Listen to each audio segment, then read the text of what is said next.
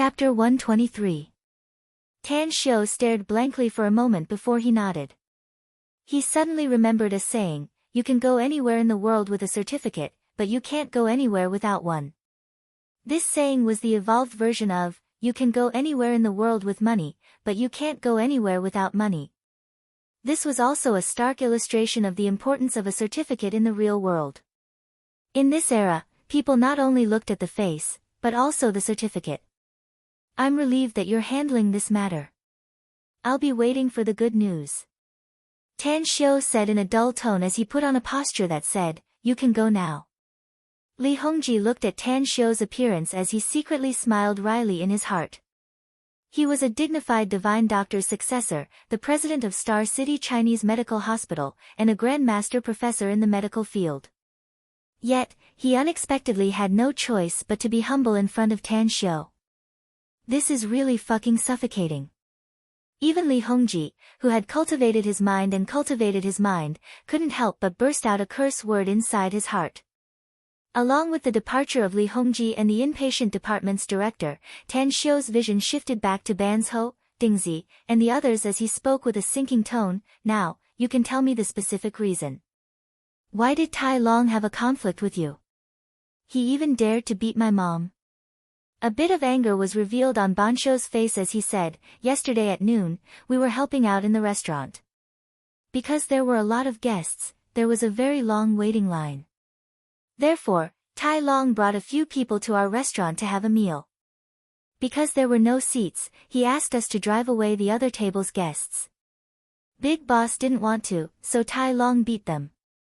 At that time, there were only 4 of us in the restaurant, so we couldn't beat him. Big Boss was also injured. Later, they drove away all the guests of our restaurant, and even smashed the restaurant. After we sent Big Boss to the hospital, we were ready to go out to buy some daily necessities. As a result, just as we walked out of the hospital's entrance, we were attacked by more than 20 guys. After being beaten, we were thrown back into the hospital.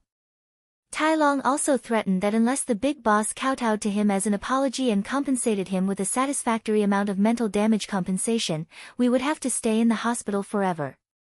Every time we took a step out of the hospital, we would be beaten up. After Dingzi tried to go out, he was beaten again." Tan Xiu was so angry that he laughed. Good, he repeatedly said, good. In the past, he had always been the one to bully others. Who would have thought that he would be the one being bullied today? "The 4 of you stay in the hospital and protect my mother while you recuperate. Leave Tai Long's matter to me." Banzhou quickly said, "You must be careful, boss. I know you are very powerful and your fighting skills are very high. But I've sent people to inquire about Tai Long's background. He's very powerful in Star City. Not only does he have a group of thugs under him, but he also has countless connections with those gangsters." Tan Xiu narrowed his eyes and sneered, "Only if he's strong enough can I continue playing with him. You don't have to worry. In this world, there aren't many enemies that can make me, Tan Xiu, afraid." He wasn't boasting. Even though he had to start all over again, no one would dare to say they were second to him when it came to killing people. Whether it was Chiman Dun Jia, offensive talismans, or even poison, he could poison tens of thousands of enemies to death. When he was at the bottom of the immortal world, he had used these unorthodox methods more than tens of thousands of times, right? Tell me in detail about Tai Long's background. All right. 10 minutes later, Tan Xiu got some information about Tai Long. He wasn't a passive person. He had to take the initiative to attack the enemy. This was his style. Walking out of the inpatient department, Tan Xiu had a headache. Without his own car, it would be inconvenient for him to do anything.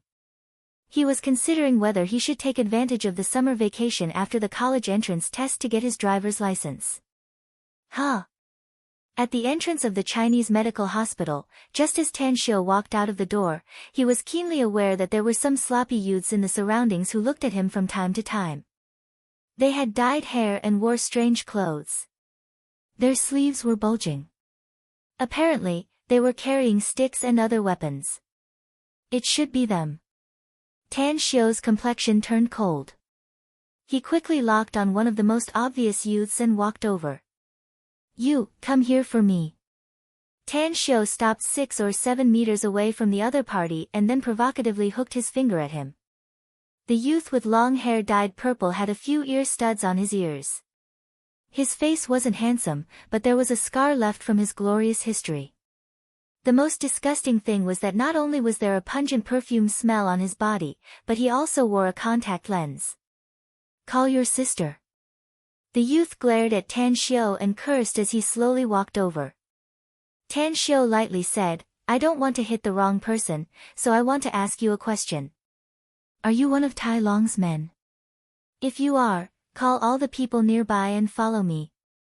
The youth stared blankly for a moment before he immediately burst into laughter and said, Brothers, did you hear what this bastard just said? He wants us to go with him. Ha ha ha, this father is Brother Long's man.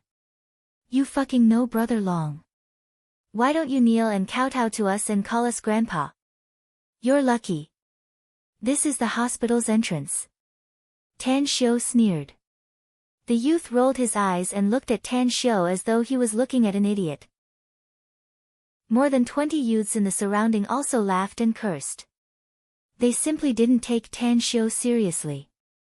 They just felt strange and thought that Tan Xiu was a patient who came to the wrong hospital. Brat, the mental hospital is in the East Outer Ring. This is a Chinese medical hospital. If you're sick in the head, go to the mental hospital quickly. Motherfucker, I'm not interested in beating a psychopath.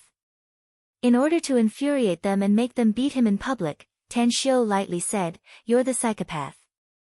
Your whole family has psychopaths. You people should be local hooligans, right? The ancestors of you hooligans for 18 generations are all crazy. What? The youth was dumbfounded, and the surrounding youths also looked at each other in dismay. Never in their dreams did they expect that Tan Xiu would dare to scold them. In a flash, a thin and tall youth smashed the soybean milk bun in his hand at Tan Xiu and lifted his leg to kick Tan Xiu. Humph! Tan Xiu easily dodged the soybean milk bun, and the killing intent in his heart increased a bit. He raised his leg, which was several times faster than his opponent, and directly kicked him in the chest. Puff! The youth spurted out a mouthful of blood as his eyes turned white and flew upside down for 7 meters. Although he was not kicked to death by Tan Xiu, he still suffered serious internal injuries and directly fainted after falling to the ground. The more than 20 youths in the surrounding had just woken up from their stupor. They were startled to see their companion so easily knocked down by Tan Xiu and directly fainted. However, they believed that 2 fists were no match for 4 hands. Even if Tan Xiu had some strength, he wouldn't be able to withstand their punches and kicks. Chang, Huzai, De Dong, Xiaoyang. The 4 of you go and practice with this kid. He dares to fight with us brothers. I want to see how much he is worth. Nearby, a man in his 30s approached. His eyes flashed with coldness as he ordered his men to teach Tan Xiu a lesson. Okay. The 4 of them took out hollow steel pipes from their sleeves and quickly surrounded Tan Xiu.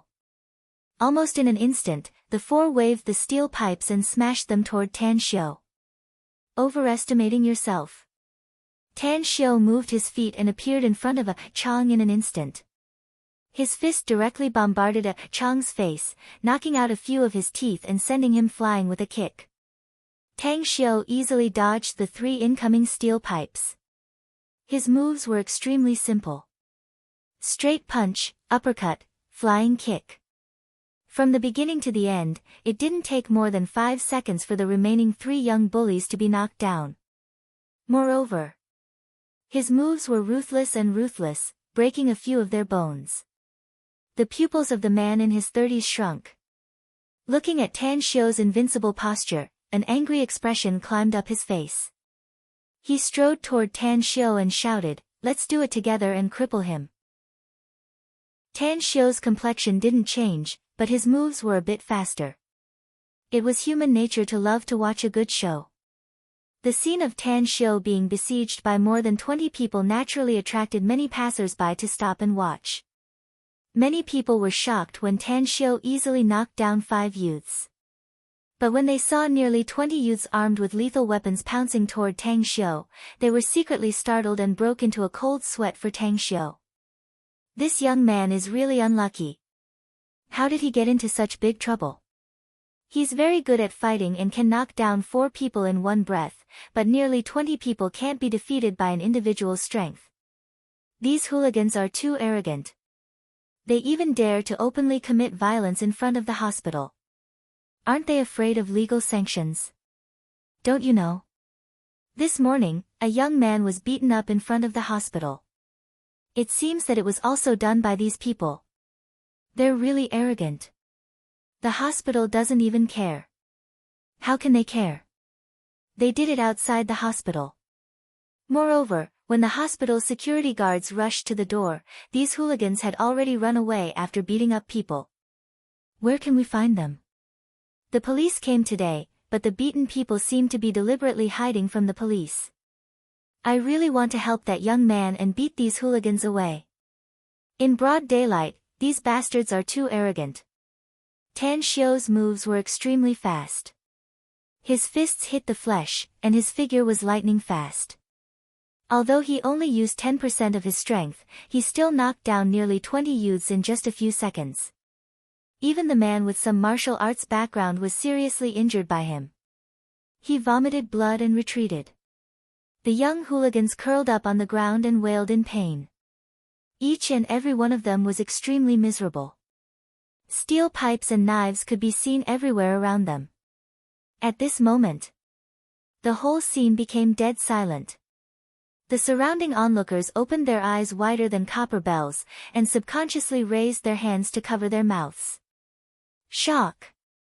Each of them could feel their heart beating faster, and they could feel their bodies becoming weak. The feeling of horror was like monstrous waves beating against the shore. Chapter 124. Tan Xiu stood among the young thugs who were rolling on the ground. His eyes flashed with a cold glint, and the hatred in his heart had yet to completely dissipate. Therefore, under the watchful eyes of the public, he stepped on the 2 wrist bones of these young thugs one by one and broke them. You're just a bunch of social vermin who bully the weak and fear the strong. Since you're not afraid of the sanction of the law, then I'll use violence to curb violence. I'll make you unable to pick up a weapon for the rest of your life, and let you spend the rest of your life in regret. The broken bones of more than 20 young thugs made their bodies tremble violently, and their cries turned louder. Some of them were timid and begged, but Tan Xiu seemed to have not heard them. The 30-year-old man's eyes revealed a fearful look.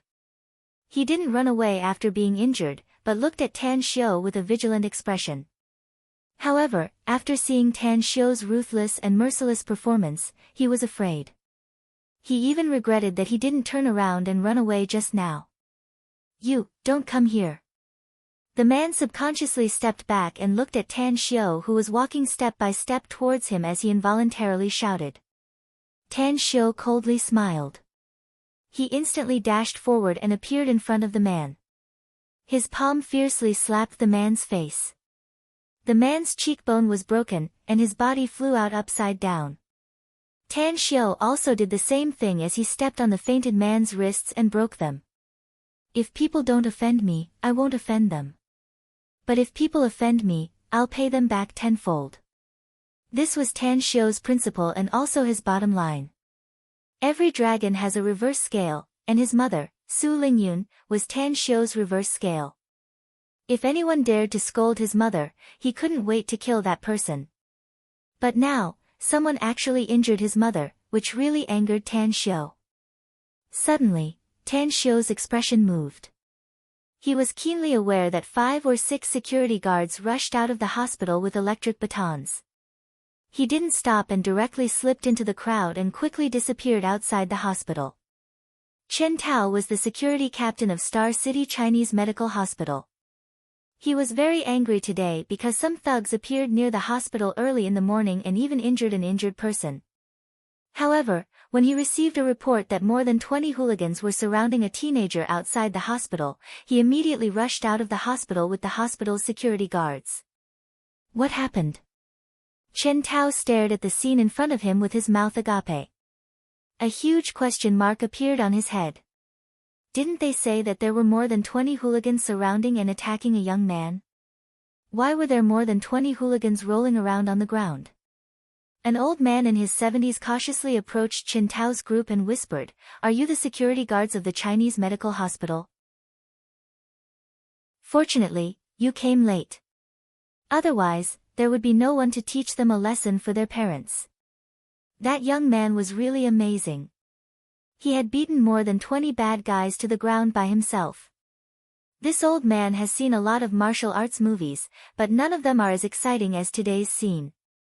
Chen Tao pointed at the ruffians on the ground in disbelief and shouted, "You mean, they were injured by a young man?"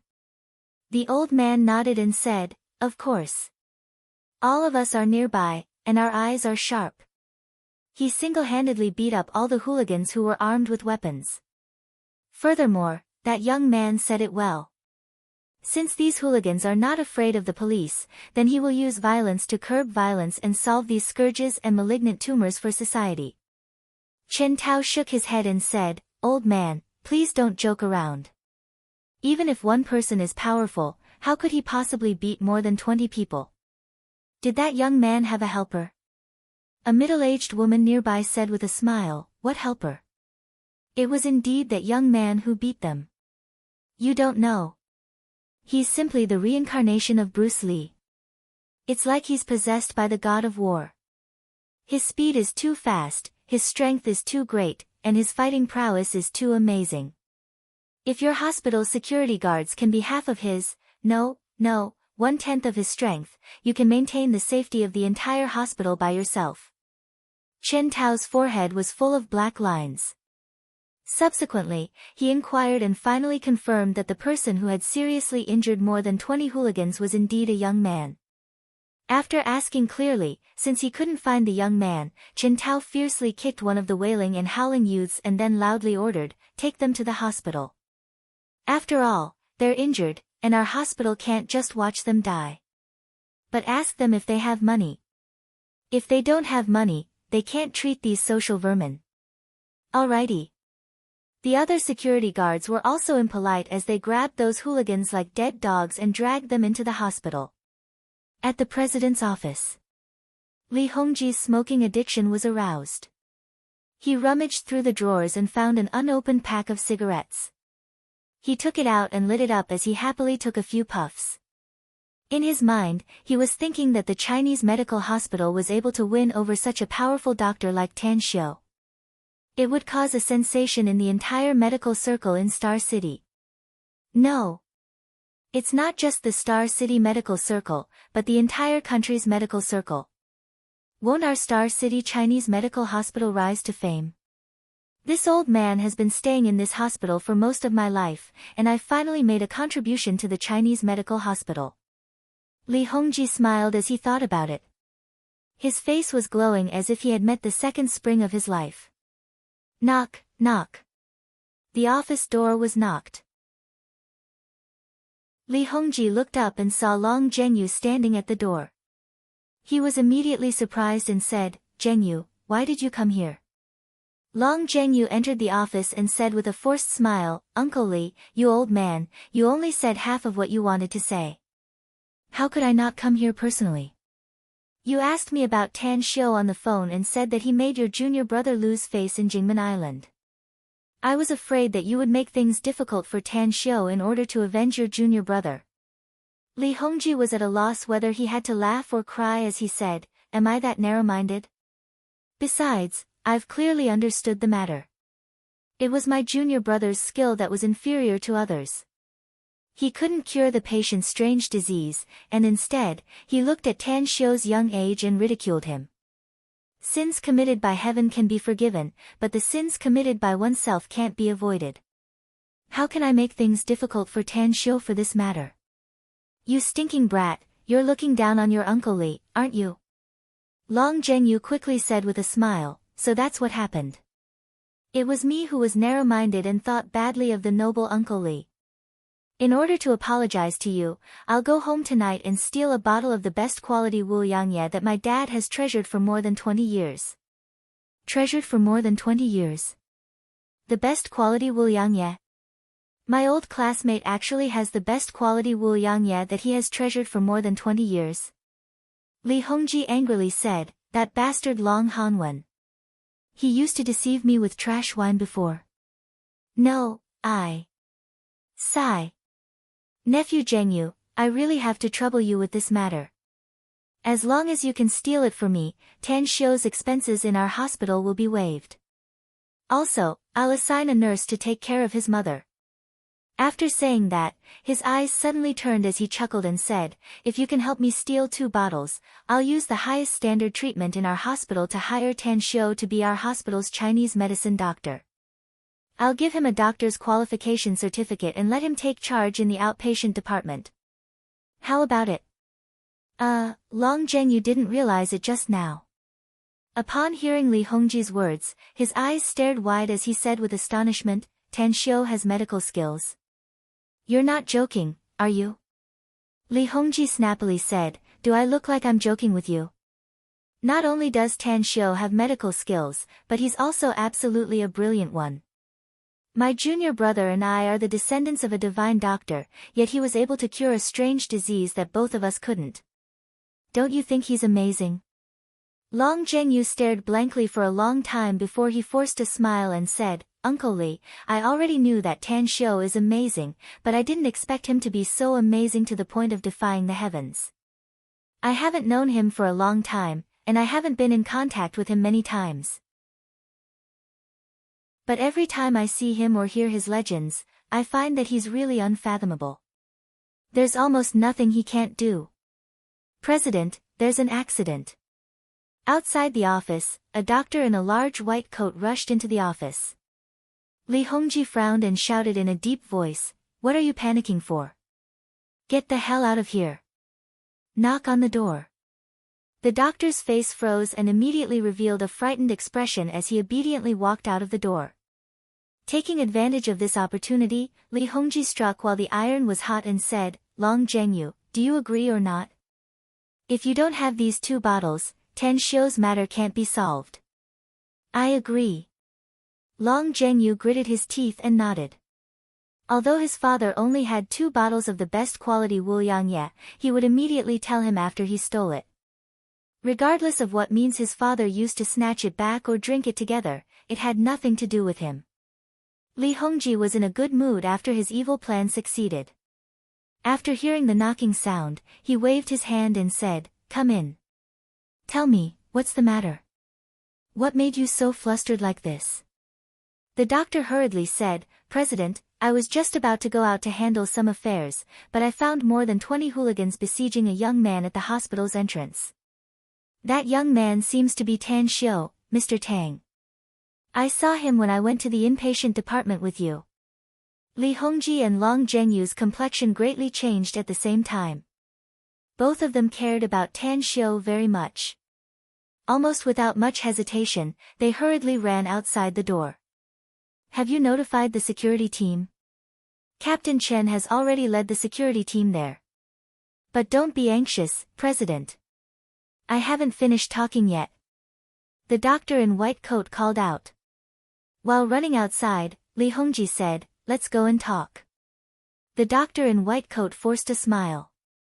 Inwardly, he was shocked that the president cared so much about Tan Xiu. He closely followed Li Hongji and said, President, I just happened to see the fight outside just now.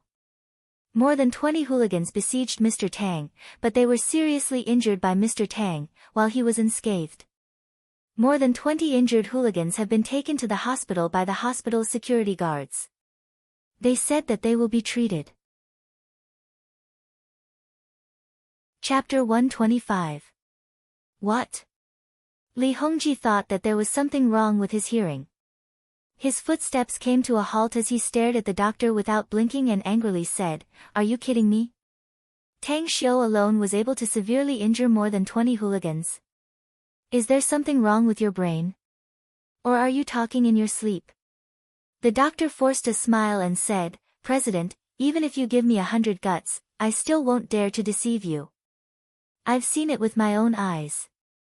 Mr. Tang's martial arts is very powerful. He really injured more than 20 thugs. Those guys are the ones who attacked our hospital's entrance this morning. Li Hongji angrily said, nonsense. How can someone fight more than 20 people? Do you think that 2 fists can't fight against 4 hands is just a joke? Long Zhengyu forced a smile at the side and said, Uncle Li, maybe what he said is true. As far as I know, Tan Xiu does no martial arts, and his strength is not low.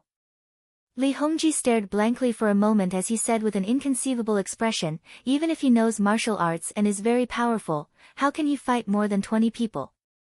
Even those retired special forces soldiers can't do it, right? Even the biggest martial school in Star City, the Rising Dragon Martial School's master, Zhang Feng, can't do it, right?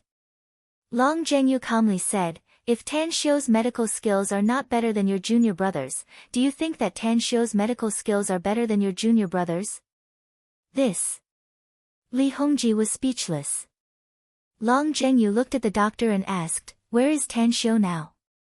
The doctor said, after Mr. Tang injured those people, he quickly left.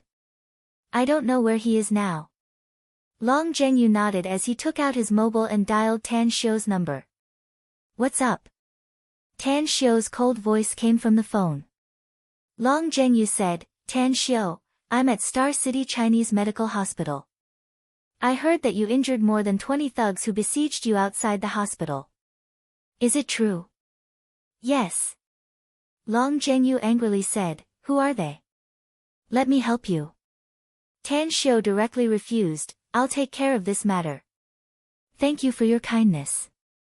Long Zhengyu listened to the busy tone from the phone, and a wry smile appeared on his handsome face.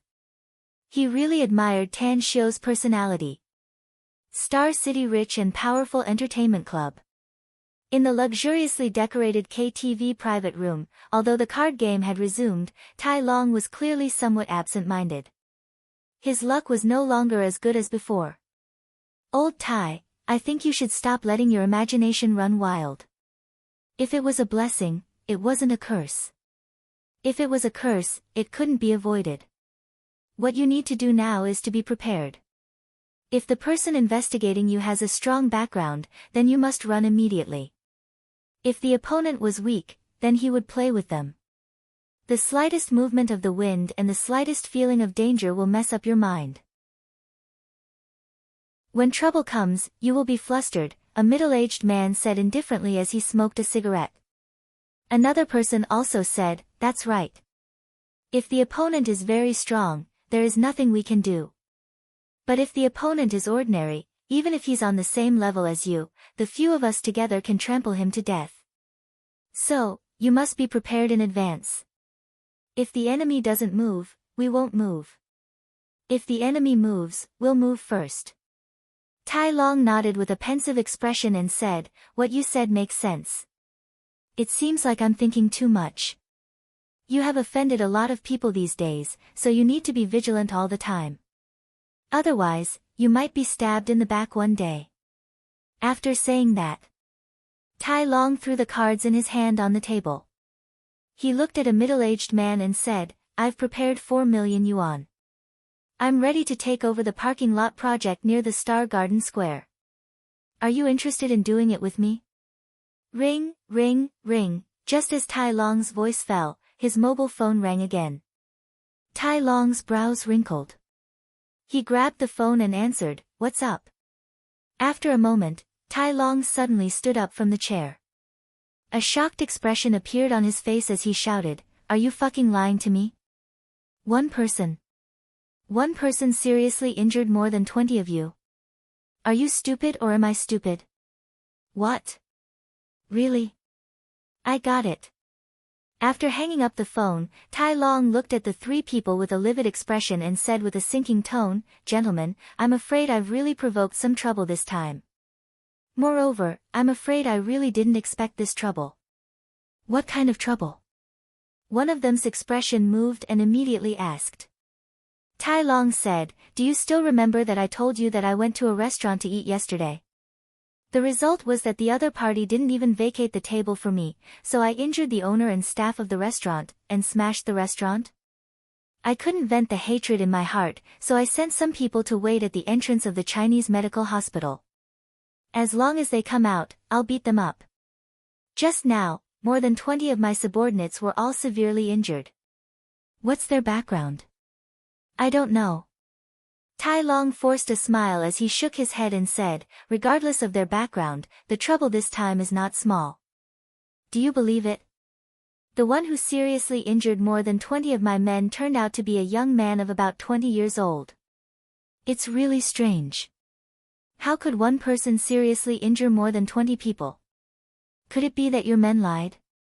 Even if it's a retired Special Forces soldier, even if it's the Rising Dragon Martial School's schoolmaster Jiang Feng, they wouldn't be able to do it, right?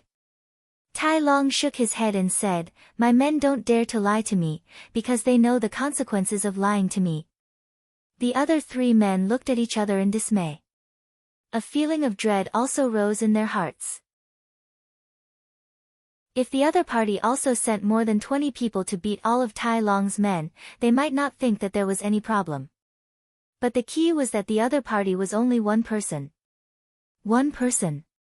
Seriously injuring more than 20 people, even the reborn martial god could barely achieve this, right? Old Tai, I just remembered that I have something else to do. Let's call it a day. If you need anything, just call me. Also, we'll talk about the parking lot later. I should also go back. My wife has been making a lot of noise recently, so I have to go back and appease her. Old Tai, we're all friends. If you need anything, don't hesitate to ask. I don't have enough people to play cards. It's meaningless for me to stay here. I'll go with you. Soon. In the huge KTV private room, only the gloomy Tai Long and his 2 trusted men were left. Looking at the backs of his 3 so-called friends leaving, Tai Long fiercely grabbed a wine bottle and smashed it to pieces with a face full of anger. However, his heart was as clear as a mirror. These so-called friends were, in fact, a group of people who had their own interests entangled with each other. They were using each other to seek benefits from each other. Once someone was really in trouble, it was just like the saying, when a disaster strikes, everyone flies. A group of people who bully the weak and fear the strong. They have no morals. Tai Long cursed. He turned around and walked to the sofa to sit down. Things had already gone out of his control. He needed to think about what to do next. First, personal safety. He must ensure his own safety. Otherwise, if he encountered that vicious and merciless little bastard, he was afraid that if he didn't die, he would be crippled. Second, investigate the other party's identity. As the saying goes, know the enemy and know yourself, and you will always be victorious. The current situation was that he was in the light while the enemy was in the dark. He must figure out the enemy's identity. Only then could he prepare to fight or flee. Third, prepare to fight in advance. It was too late to mend the pen after the sheep is lost. His 3 friends tonight were all experienced people who had been struggling in the society for decades. They had meticulous minds and were as cunning as foxes. Their proposal was absolutely not wrong. He must be vigilant and ready to fight.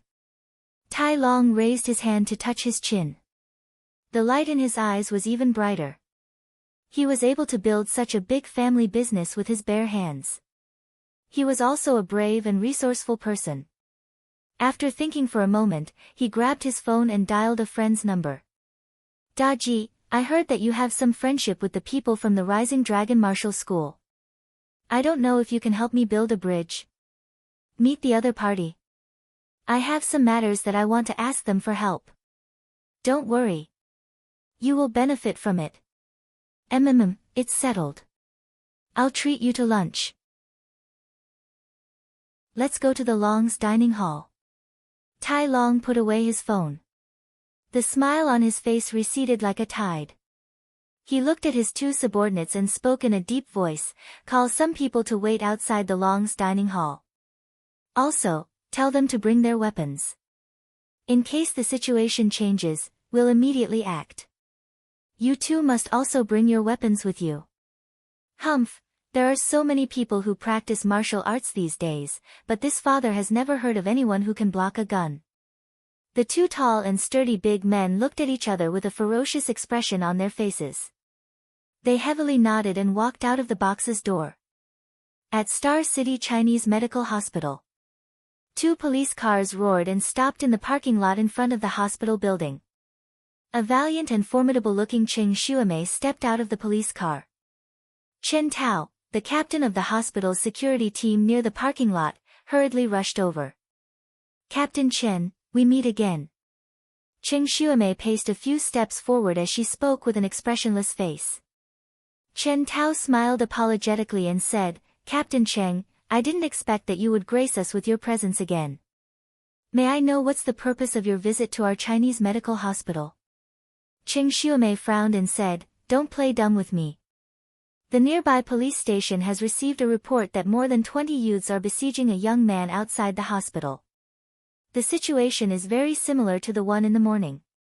The one who was beaten in the morning doesn't dare to show up. What about the young man who was beaten just now? Our bureau attaches great importance to this thug incident. I hope you can cooperate with us and bring those thugs to justice." Chen Tao had received the hospital leader's warning that he must not reveal Tan Xiu's identity. Therefore, he lied through his teeth and said with a hollow smile, "Officer Cheng, I think you're mistaken, right? Our place is calm and tranquil. Where did those youths besiege someone just now?" "You," Cheng Xuemei glared at Chen Tao as she shouted with a stern voice, "Captain Chen, you know our identity. You should also be aware of the consequences of deceiving us. If our criminal police wants to investigate something clearly, no matter how you conceal it, we can get the information we want." Chapter 126. Chen Tao forced a smile and spread out his hands. "Officer Cheng, it's not that I don't want to say it, but I really can't. You're a police officer, so please don't make things difficult for us, the gatekeepers. Besides, I can tell you responsibly that the young man you said was besieged was not injured at all. He's safe and sound now. It's just a small misunderstanding. It'll be fine after we explain it." Cheng Xuemei turned around and winked at a criminal police member, saying, "Captain Chen, I don't know what kind of difficulties you have, but I still hope you can tell me the truth. We're the criminal police, and we have the responsibility to maintain social order. We also have the responsibility to severely punish those black sheep with the law." Chen Tao was silent for a moment and slowly said, "Officer Cheng, if you really want to know the cause and effect of the matter, then go and investigate it. But I'll tell you in advance that no matter what the result of your investigation is, it has nothing to do with me." After that, he no longer paid attention to Cheng Xuemei and turned to walk toward the security room at the gate. His heart was as clear as a mirror. It was actually very easy for Cheng Xuemei to investigate the truth of the matter. However, since the superior had given the order, it would be somewhat difficult for the criminal police unit to investigate Tan Xiu's identity. 10 minutes later, several criminal police returned to Cheng Xuemei, but the expression on their faces was very strange. One of them said, "Captain Cheng, we've investigated it clearly. There was indeed a young man who was besieged by more than 20 youths. But the result was not that the young man was injured, but..." Seeing that the member was hesitating, Cheng Xuemei immediately asked in a deep voice, "But what?" "Finish it." The criminal police member forced a wry smile and said, "The one who was seriously injured was not that young man, but those more than 20 youths. To be precise, it was that young man alone who seriously injured more than 20 youths. Right now, those injured gangsters are still receiving treatment in the hospital." "Are you kidding me?" Cheng Xuemei's eyes were wide open with disbelief written all over her face. The criminal police member helplessly said, "I'm really not kidding.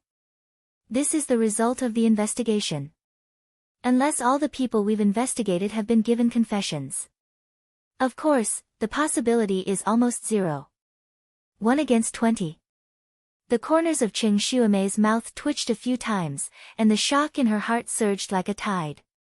Strange things happened every year, but this year, there were especially many. She then thought of Tan Xiu, a high school student who could kill a thug who broke into the school. She also thought of the murder at the repair factory some time ago. Sigh, Qing Xuemei sighed inwardly and asked, have you investigated the identities of those 20 injured gangsters? The criminal police said, I've already inquired about them. Almost all of them have criminal records. They are bad youths in society. They gather together all day to fight and do a lot of bad things. In addition, they are the subordinates of the big boss of Rivers and Mountains Real Estate Company, Tai Long. The guy who has been involved in many murder cases, but no evidence has been found. Qing Xuemei raised her eyebrows and asked. That's right. It's him. The criminal police member said with a sinking tone. Qing Xuemei sneered and said, since he's involved in this matter, then let's go to the Rivers and Mountains Real Estate Company now. I want to hear Tai Long's explanation. Rivers and Mountains Real Estate Company. It was located in the vicinity of Chao Nan Road in the Star City Economic Development Zone. The transportation here was convenient. It was a high-rise building with more than 10 floors, and all of it was owned by the Rivers and Mountains Real Estate Company. At the entrance of the imposing building, four security guards were patrolling the passers-by in high spirits. Occasionally, beautiful women would pass by, and they would gather together with perverted faces to gossip about them. Two tall and sturdy men rushed out from the building. Their faces were fierce, and their waists were bulging. Their cold eyes swept around from time to time. Brother Hu, Brother Pang. Upon seeing the two big men, the four security guards immediately puffed out their chests and respectfully called out. The two of them didn't look at the four security guards as they strode toward the direction of the parking lot. They had important things to do, and the big boss was waiting for them. However, just as the two of them walked tens of meters away from the parking lot, they heard an angry shout coming from behind. Hey, who the fuck are you? This is our Rivers and Mountains Real Estate Company. Outsiders are not allowed to trespass without permission. Show me your employee card. I'm fucking fucker, did you hear me? The person who was about to enter the Rivers and Mountains Real Estate Company was Tan Xiu. After he knew Tai Long's identity, he immediately rushed here. He needed to make Tai Long pay the price. He needed to let him know how miserable the consequences of hurting his mother would be. Facing the four security guards' aggressive interrogation and even angry reprimand, his answer was simple and direct. His huge fist directly smashed on the face of that angry security guard. Bang, bang, that security guard screamed as he was smashed and heavily fell on the hard ground. Bastard, are you here to cause trouble? The other three people roared and pounced at him. Tan Xiu coldly smiled. His hand was as fast as lightning. His fist smashed on the faces of the three people without any fancy moves. He looked at them flying backward as he strode toward the entrance of the Rivers and Mountains Real Estate Company. In the parking lot, the two tall and sturdy men looked at each other before they turned around and ran toward the entrance of the company. Both of them were Tai Long's confidants. They were also the number 1 and number 2 thugs. In terms of fighting, any one of them could beat 4 to 5 experts. Not to mention, they had guns on their waists. If they really couldn't beat this young man, they could just open fire. At this moment, they had already guessed Tan Xiu's identity. He was the one who had injured more than 20 of their boss men at the entrance of the Chinese medical hospital. On the first floor of the Rivers and Mountains Real Estate Company, Tan Xiu strode to the front desk. With a grim expression, he looked at the two women whose faces had turned pale and asked with a sinking tone, "Where's Tai Long?" The two women quickly shook their heads. One of the women said, "We don't know. Boss went out this morning and didn't come back." "Not here." Tan Xiu frowned and said with a sinking tone, "Give me his cell number. Also, which floor is his office?" 10, 12th floor. The woman looked at the 4 fainted security guards outside the door and said with fear and trepidation. Tan Xiu shouted with a sinking tone, "Give me his number." The woman said with a sullen face, "This. Sir, we really don't know boss's cell number." If you want to ask this question, you need to look for our manager. Tan Xiu pondered for a moment and immediately left. He took the elevator to the 12th floor. Soon, he found the office marked with the word, General Manager. Kicking the door open, Tan Xiu walked in and sized up the room. Then, footsteps came from behind him. Who are you? Tan Xiu turned around and looked at the slender young woman with heavy makeup. He suddenly snorted coldly and walked to the boss's chair inside the desk and sat down. Then, he said indifferently, you don't need to know who I am. You call Tai Long now and tell him that his creditor is here. Tell him to get his ass back here immediately. You dare to scold our boss? Are you tired of living? The young woman angrily shouted. Tan Xiu said with indifference, I'll tell you again. I'll give you half a minute to make the call. If I don't get a satisfactory answer, I'll throw you down from the 12th floor. Call him quickly. The young woman looked at the gloomy expression of Tan Xiu. After hesitating for a moment, she still said with anger, you have guts. Just wait for me. I'll call my boss now. Be careful, he'll come back and tidy you up. Jackals of the same lair. Looking at the young woman's expression, Tan Xiu secretly sneered inside. At the Long's dining hall. Tai Long sent his 2 trusted subordinates to go back to arrange things and then hurried over. He wanted to invite the people from the Rising Dragon Martial School, so the standard was very high. Ring, ring, ring, his cell phone rang. Tai Long quickly took it out. He thought that it was his old friend, Sun Daji, who called. But when he saw the number on the screen, he found out that it was the company's secret technique. It was that little devil who could bite people. Because it was a serious matter, he looked a bit impatient. After the call was connected, he said with a sinking tone, I have something to do now. If you don't have anything important, wait for me to go back first. Boss, something happened. A bastard broke into our company and is now sitting on your boss's chair. He told me to call you and tell you that your creditor is here. He wants you to come back to pay the debt. Creditor? Tai Long stared blankly and angrily cursed, which bastard dares to find trouble for me, Tai Long? This father has a lot of creditors. Who dares to brazenly come to this father's office? You. His words came to a screeching halt. In his mind, he recalled the purpose of inviting the people from the Rising Dragon Martial School. After being silent for a moment, he asked, who is the other party? What's his name? The female secretary said in a low voice, it's a young man. I don't know his name. Tai Long angrily shouted, if you know, you won't ask. After a while, the female secretary replied, he said his name. If you want to know it, you must come back immediately. Wait until he beat you until you can't take care of yourself, then he will naturally tell you. Bastard. Tai Long hung up the phone as he fiercely cursed.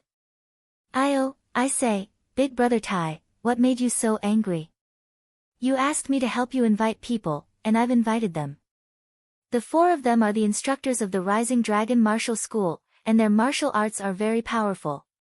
Sun Daji was a chubby and fair-skinned middle-aged man. His small eyes were squinted into slits, and from time to time, a glint flashed. Tai Long saw Sun Daji as well as the 4 robust men behind him. His hope immediately rose as he strode forward to greet them and said, old friend, I really have to thank you this time. We'll talk about this later. I have an important matter that needs the help of these 4 experts from the Rising Dragon Martial School. Can we talk in private? All right. One of the middle-aged men from the Rising Dragon Martial School nodded and said. Sun Daji didn't want to get involved in the matter between Tai Long and the Rising Dragon Martial School, so he said with a smile, you talk. I still have other things to do, so I can't accompany you. Big Brother Tai, I'll be waiting for your call. All right. Tai Long nodded. Chapter 127. The Long's dining hall's environment was beautiful, and the decoration style was majestic and imposing. Inside the magnificent hall, Tai Long greeted the 4 instructors of the Rising Dragon Martial School to take their seats. How should we address the 4 of you? Tai Long narrowed his eyes, carefully sizing up the 4 people. You should know. The Rising Dragon Martial School, which was the most powerful force in the entire Star City, had a great reputation. The dojo master, Jiang Feng, was extremely righteous, and his attainments in martial arts had long since reached the pinnacle. He had traveled extensively and established an illustrious reputation for himself. After he returned to his hometown in Star City 20 years ago, he personally founded the Rising Dragon Martial School. After 20 years of development, the current Rising Dragon Martial School was full of talented people. Many martial artists in Star City came from the Rising Dragon Martial School. Tai Long was very clear that since he was able to be an instructor in the Rising Dragon Martial School, his skill was absolutely terrifying. I am Fei Chang, and the 3 of them are my junior brothers. The robust man who spoke before said in a deep voice. Tai Long slowly nodded and said, Instructor Fei, I entrusted Sun Daji to help me contact you. I want to discuss a business deal with you. I don't know if you're interested. Fei Chang said lightly, tell me what it is first. Tai Long said, I recently offended a powerful character. The other party's skill is very terrifying. More than 20 of my men, who are often involved in fights, were seriously injured by the other party and are now receiving treatment in Star City Chinese Medical Hospital. Therefore, I want to hire you to help me deal with him. The price is negotiable. More than 20. Seriously injured by a single person? Fei Chang's expression changed slightly, and his 3 junior brothers also revealed looks of disbelief. Although they looked down on those hooligans who fought all day, it was undeniable that these guys with rich fighting experience were quite difficult to deal with. A single person was able to severely injure more than 20 people. The other party's martial arts attainments were very high. Fei Chang truthfully said, if it was our dojo master, he might have been able to achieve this with some effort. But the 4 of us can't. None of us had the confidence to beat more than 20 hooligans. This. Tai Long was dumbfounded. If even they couldn't do it, then who should he find to take care of that brat? Did he really have to use his last resort and use a gun? Fei Chang said, we may not be that guy's match if we fight him alone, but we can definitely cripple him if the 4 of us join forces. However, there are risks involved. Perhaps the 4 of us will also be injured. As for the price. Tai Long was happy in his heart, and immediately said, 1 million. Raising his thumb, Fei Chang praised, Boss Tai is a straightforward person, so we won't put on an act anymore. Give us that person's information, and we'll deal with him. If we can't cripple him, we won't take a single cent. Tai Long forced a smile and said, I don't need to give you the information. That guy is now in my company's office. He's already arrogant and despotic. So arrogant? Fei Chang and the other 3 looked surprised. Tai Long helplessly said, that's right. The other party was too arrogant, to the point where he considered everyone beneath him. Therefore, I hope that the 4 of you can help me deal with him. Fei Chang said, let's go now. Rivers and Mountains Real Estate Company, General Manager Office. Tan Xiu, who was sitting on Tai Long's desk, looked at the furious woman in front of him. He waved his hand and said, all right, there's nothing for you to do here. Get lost. The woman glared fiercely at Tan Xiu, then turned around and walked out of the room. She wasn't clear about Tan Xiu's background, so she didn't dare to be rash. After all, Tan Xiu wasn't even afraid of her boss. She was just Tai Long's secretary and plaything. She simply couldn't afford to offend him. However, when she walked out of the room, she saw the 2 tall and sturdy men rushing over. She immediately revealed an ecstatic expression as she loudly shouted, how come you're only here now? Some bastard dared to curse the boss, and he's now in the boss's office. Humph. The 2 tall and sturdy men dashed into the office and looked at Tan Xiu, who was sitting on the boss's chair. One of them shouted in a stern voice, you, stand up. You can't sit on that seat. Tan Shou said with a sneer, "Can Tai Long sit on that seat?" "That's right." The tall and sturdy man coldly smiled. The way he looked at Tan Shou was as if he was looking at a lamb that was about to be slaughtered. Tan Shou slowly stood up and looked at the two men's waists. His eyes suddenly narrowed into slits as he calmly said, "You guys really aren't good people. Since that's the case, I don't have to worry about making a move." The two tall and sturdy men looked at each other as a sneer appeared on their faces. In an instant, they pulled out their pistols from their waists and aimed their black muzzles at Tan Shou. "Brat, we know your martial arts are powerful.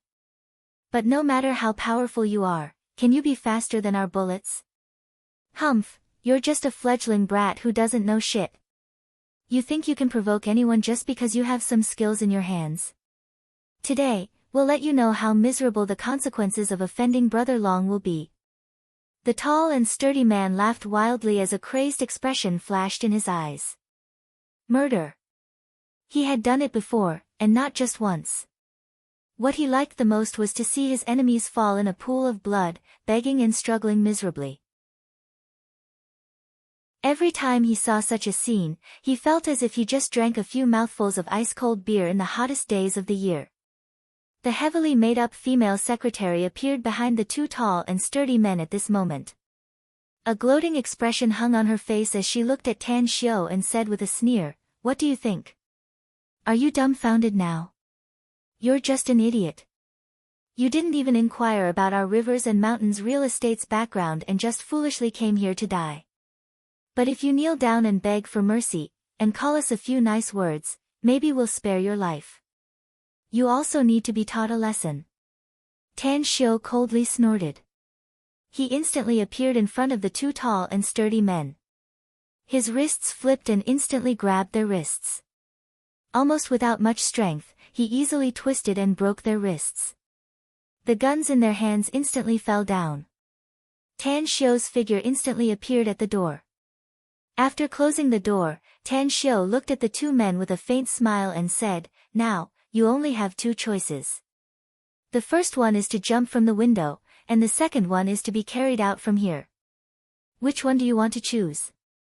The two tall and sturdy men's wrists were broken, and the guns in their hands fell to the ground. The heart-wrenching pain almost made the two men scream. Thick sweat appeared on their foreheads, and a horrified look appeared on their faces. The way they looked at Tan Shou was as if they were looking at a terrifying Grim Reaper. Guns. The two men were also ruthless people. Seeing that Tan Shou did not take away their guns, they instantly squatted down and picked up the guns with their other hand. The muzzles were once again aimed at Tan Shou.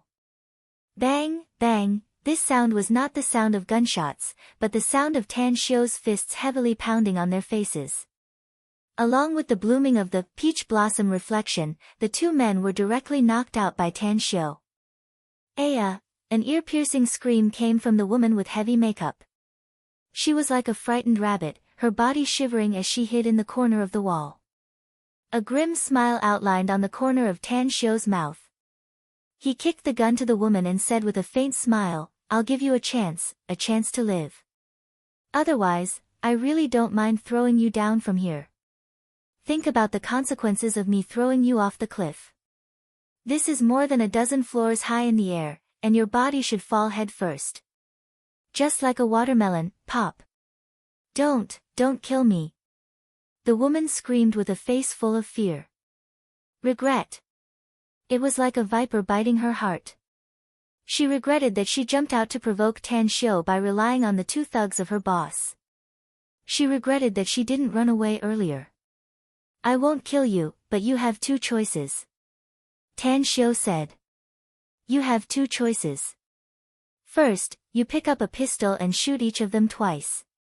Remember, you can shoot anywhere except their hands and feet. Second, I'll throw you down from here. Alright, I'll give you half a minute. Give me your answer after you think about it." "Half a minute?" The woman's face turned pale. She looked at the two fainted burly men and then at Tan Shou's indifferent expression. She gritted her teeth and quickly made a choice in less than 10 seconds. She trotted to the side of a pistol, picked it up and aimed the muzzle at the four thighs, and then pulled the trigger. Bang! Bang! Bang! Bang! 4 shots. The bullets hit the four thighs, and blood instantly gushed out from the 4 bloody holes. The woman looked at Tan Xiu. She didn't even dare to point the muzzle at Tan Xiu and asked with a sullen face, "Can I go now?" Tan Xiu nodded and exclaimed, "It's said that the most poisonous woman's heart is the sting of a wasp's tail. I've seen it with my own eyes today. You've made a good choice. Every man for himself will be destroyed by heaven and earth. Drop the gun and you can go. Remember, you're the one who shot those 2 guys today. If this matter is reported to the police, I think you can go to jail for a few years. I absolutely won't say even half a word," the woman said while trembling with fear. Tan Xiu waved his hand and said, "Then get the hell out of here. Remember, get the hell out of here. Leave this bullshit rivers and mountains real estate, and get the hell out of Star City. Don't let me see you again for the rest of my life. I'll get the hell out of here. I'll get the hell out of here right away," the woman said resolutely and decisively. Although she was sarcastic and liked to bully others, she was also a smart person. How could she not see that Tai Long had provoked a ruthless character? Perhaps, this time, Tai Long would fall here. Even a martial arts expert with a gun couldn't beat this guy. Whoever provoked him was simply courting death. She had made up her mind to go to the property office to take a large sum of money, and then fly far away, never to return to Star City again. She even began to pray that she would never encounter this cruel and merciless god of death in front of her ever again. Tan Xiu looked at the 2 burly men who were hit by the bullets and woke up from the pain. He sneered and said, "When you were holding the gun, what did you say to me?" "My memory isn't good, do you want to repeat it again?" Chapter 128. The 2 burly men were ashamed and indignant at the same time. At this moment, they almost cried out. They thought that victory was in their grasp. Tan Xiu was like a lamb waiting to be slaughtered in front of them. But the wheel of fortune had turned, and the result was that they were beaten miserably. "Are you a human or a ghost?" One of the burly men resisted the heart-wrenching pain as he asked with a face full of fear. Tan Xiu didn't want to talk nonsense with these 2 thugs. He swiftly broke their wrist bones, ensuring that they would never be able to hold anything with their hands again. Then, he walked to the window. Police? What Tan Xiu hated the most was dealing with the police. In particular, under the cover of his divine sense, he found out that the people who came were from the criminal police unit. The leader was an old acquaintance. Qing Xueme. For minutes. Tan Xiu silently calculated the time for the police to arrive here at the fastest speed. He had a plan in his heart. He fiercely slapped the burly man's face and said with a sinking voice, "Call Tai Long, tell him to go to the solitary cloud temple in the suburbs. Remember, don't tell him what happened to you. Otherwise, I'll immediately break your necks." The burly man's mouth was full of blood. But looking at Tan Xiu's murderous appearance, he didn't dare to disobey Tan Xiu's order. He indicated that he had a mobile phone in his pocket. After making Tan Xiu dial for him, he tried to calm his tone. After the phone was connected, he said, "Brother Long, I just received a report from my men. The young man who injured our brothers went to the solitary cloud temple. I'll rush there immediately. You also bring some people to meet me there." "All right." Tan Xiu decisively hung up the phone. His finger pressed on the burly man's sleeping acupoint. His technique was very peculiar. It could make these 2 burly men sleep for 2 days and 2 nights. Even if someone cut their flesh with a knife, they wouldn't wake up. Subsequently, Tan Xiu used his divine sense to search and quietly came to the building's monitoring room. The 3 people inside were not aware of it and directly knocked them out. After destroying the surveillance video, Tan Xiu smashed all the equipment and then quietly slipped away. He firmly believed Even if the two burly men woke up 2 days and 2 nights later and were investigated by the police, they would not give him up. Because people like them were definitely not clean. They might even try their best to avoid any questions from the police. Furthermore, the two of them weren't idiots. After they found out about Tai Long's fate, they wouldn't dare to sell themselves out. Otherwise, they would live in fear every day. After leaving the building, Tan Xiu stopped a taxi nearby and rushed to Solitary Cloud Temple. Solitary Cloud Temple. It was located in the middle of a large mountain in the Yuzhou Ridge. There were very few people here, and the temple rarely received any incense. In Tan Xiu's memory, there were only a few monks in the temple. He chose to stay there to avoid the eyes and ears of the police. Even though he didn't intend to kill Tai Long from the start, he still wanted him to suffer. His heart was filled with killing intent, but he couldn't start a massacre. Because this matter could easily expose his identity. Today was a society governed by law. Although he was not afraid of doing illegal things, he would still get into trouble. Returning to modern times, what Tan Xiu wanted the most was to be able to accompany his mother, live a quiet life, and earnestly cultivate. One day in the future, he would be able to return to the immortal world, kill his way to the peak, and make his enemies who had betrayed him pay a painful price. Rivers and Mountains Real Estate Company. Qing Xuemei, along with 4 criminal police members, strode into the general manager's office. When they saw the scene inside the office, their complexions suddenly changed. As for the vice president who was accompanying them, a look of horror appeared on his face. What happened? Qing Xuemei and the 4 criminal police members immediately controlled the scene. One of the criminal police members picked up 2 pistols from the ground and quickly checked the injuries of the 2 burly men. Then, he said to Qing Xuemei, "Captain Cheng, their injuries are very serious. Although their lives aren't in danger, if we don't treat them in time, I'm afraid they will bleed to death." In addition to the 2 gunshot wounds on their bodies, their wrists were cruelly broken. I estimate that they also have many fractures on their bodies. Qing Xuemei's complexion was as gloomy as water as she said in a deep voice, "Collect the evidence and send them to the hospital. Vice General Manager Li, please contact Tai Long immediately. We have an important case that needs his cooperation." Vice General Manager Li immediately took out his mobile and dialed Tai Long's number. But the result disappointed him, because the call couldn't be connected. "I can't contact our boss." Qing Xuemei asked in a deep voice, "How much do you know about your boss's whereabouts? What's going on with him today? Where did he go? Who did he meet with? Tell us everything you know." Vice General Manager Li forced a smile and said, "How could I know boss's whereabouts? If I can inquire about boss's whereabouts, maybe boss will suspect me of plotting something." Qing Xuemei snorted coldly and said, "Your Rivers and Mountains Real Estate Company has such a major case, and your boss is also a suspect. We will definitely investigate clearly who the culprit is. This case is suspected of intentional wounding, and there were also firearms at the scene. It's very serious. If you can contact your boss, ask him to contact us immediately." "All right." Vice General Manager Li immediately nodded. Qing Xuemei looked around and asked, "Vice General Manager Li, your company should have monitoring equipment, right? Take us there immediately. The culprit will definitely be captured by the surveillance camera. Please come with me." Vice General Manager Li immediately said. When everyone rushed to the monitoring room, the scene inside made them shocked. 3 unconscious staff members were lying on the ground like dead dogs. The monitoring equipment was smashed to pieces, and the video memory card was damaged beyond repair. It could no longer be used.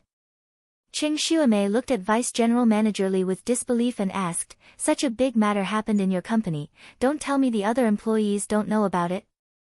Vice General Manager Li forced a smile and said, "I've heard about it before. It's said that a young man broke into our company.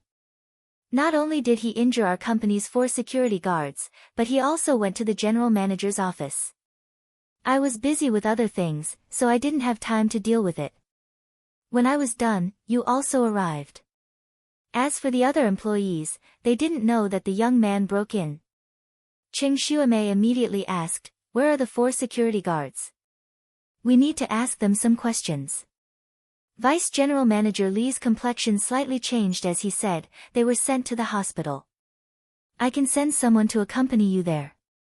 "No need. Just tell us the address." Cheng Xuemei directly refused. After a long while, after Vice General Manager Li sent off Cheng Xuemei's group of 5, his obsequious smile suddenly changed. A bewildered glint flashed in his eyes as he pondered what kind of big shot the boss had offended. In just half a day, more than 20 of the boss's men were seriously injured and sent to the Star City Chinese Medical Hospital. He also sent someone to the hospital to handle the procedures and pay the fees. But now, the boss's 2 right-hand men, the most powerful thugs, were unexpectedly beaten and crippled in the boss's office.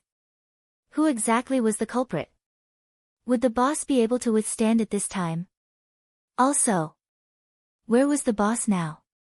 He naturally didn't dare to easily spread the news that he had offended someone and was being retaliated against.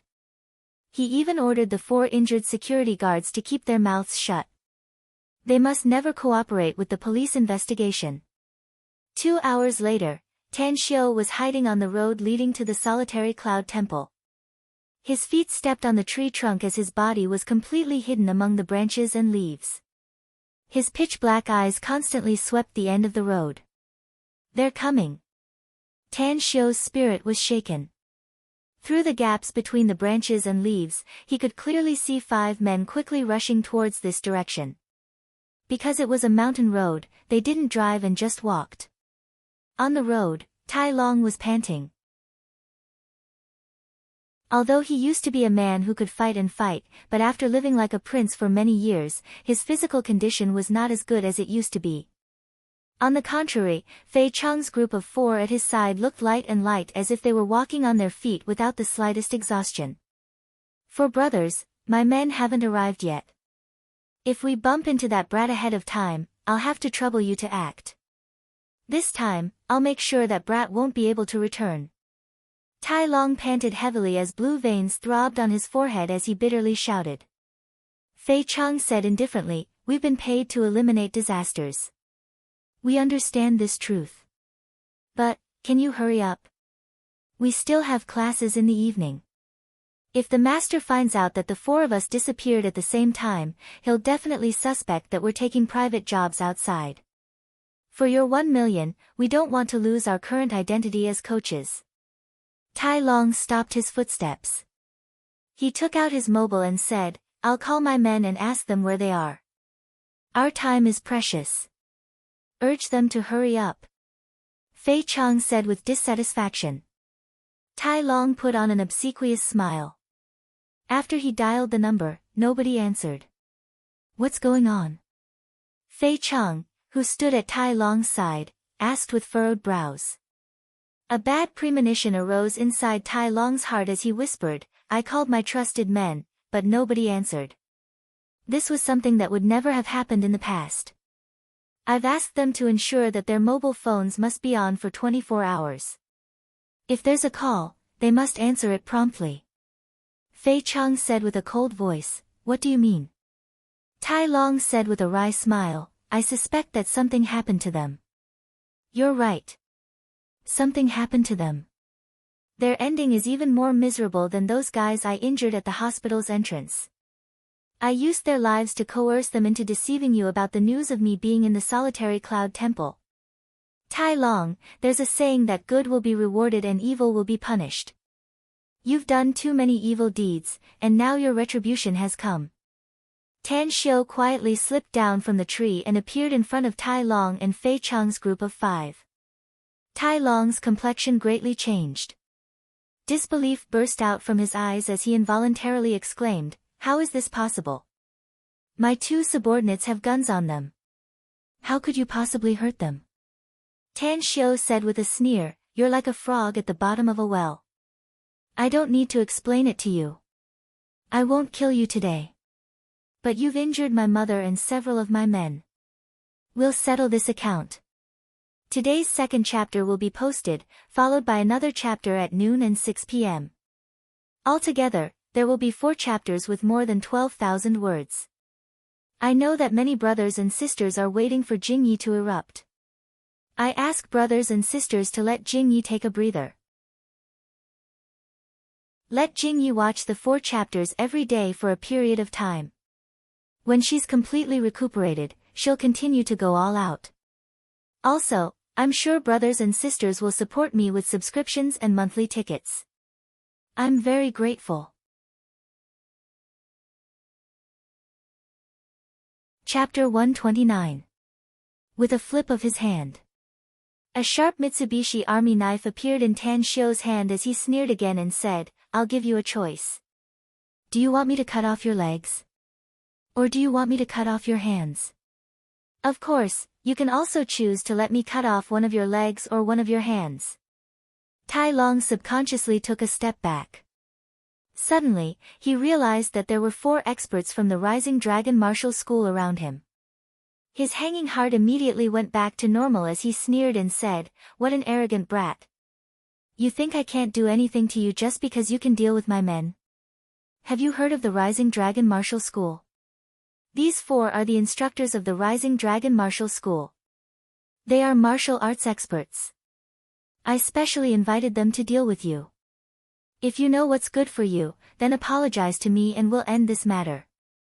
Otherwise, I'll make you look good." Rising Dragon Martial School. This was the first time Tan Shio heard the name of this martial school.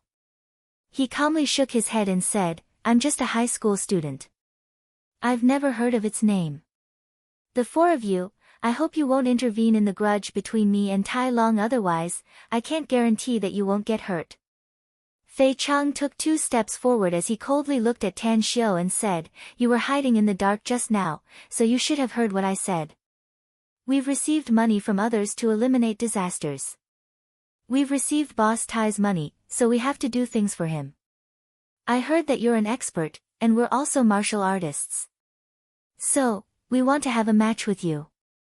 Tan Shio shook his head as he coldly said, "The most taboo thing for martial artists is to fight fiercely with each other. Practicing martial arts is to strengthen the body and protect the people around you. But you're not worthy to be a martial artist. It seems that your Rising Dragon Martial School is also not a good person. Since you insist on doing things your own way, I'll find some time to visit your martial school after I've dealt with you. Let's see if you have the chance." Fei Chang nodded to his 3 fellow apprentices as the 4 of them strode toward Tan Shio. They didn't immediately launch an attack, but instead surrounded Tan Shio, looking for flaws on Tan Shio's body. Although their characters were not good, they understood the principle that in a fight between experts, the slightest bit of carelessness could lead to eternal damnation. Since Tan Shio was able to injure more than 20 gangsters, they did not dare to take him lightly. Gang fight? With a look of disdain, Tan Shio moved instantly. When he appeared in front of the man in front of him, the man only saw a blur before he saw a huge fist smashing into the bridge of his nose. Bang! The man raised his hands halfway before he let out a blood-curdling scream. Immediately after, he felt his chest hit hard. The huge force made his throat taste sweet, and as his body flew backward, he spat out a mouthful of blood. "All of you are trash." Tan Shio moved sideways to evade the fists and kicks of the other 2. His straightforward attacks easily knocked down the other 2. However, what surprised him was that Fei Chang's strength was quite strong. According to the current martial arts practitioners, although he had not reached the level of a martial arts master, he was not far from it. In time, if he could settle down and practice martial arts, he would definitely reach the peak in the future. "You are no match for me." Tan Shio flew up and continuously kicked Fei Chang, who was retreating in front of him. Although he only used 10% of his strength in each kick, it was still a few thousand pounds. Fei Chang could not dodge and could only block with his arms. However, his hard arm bones were broken into several pieces after a series of fierce kicks.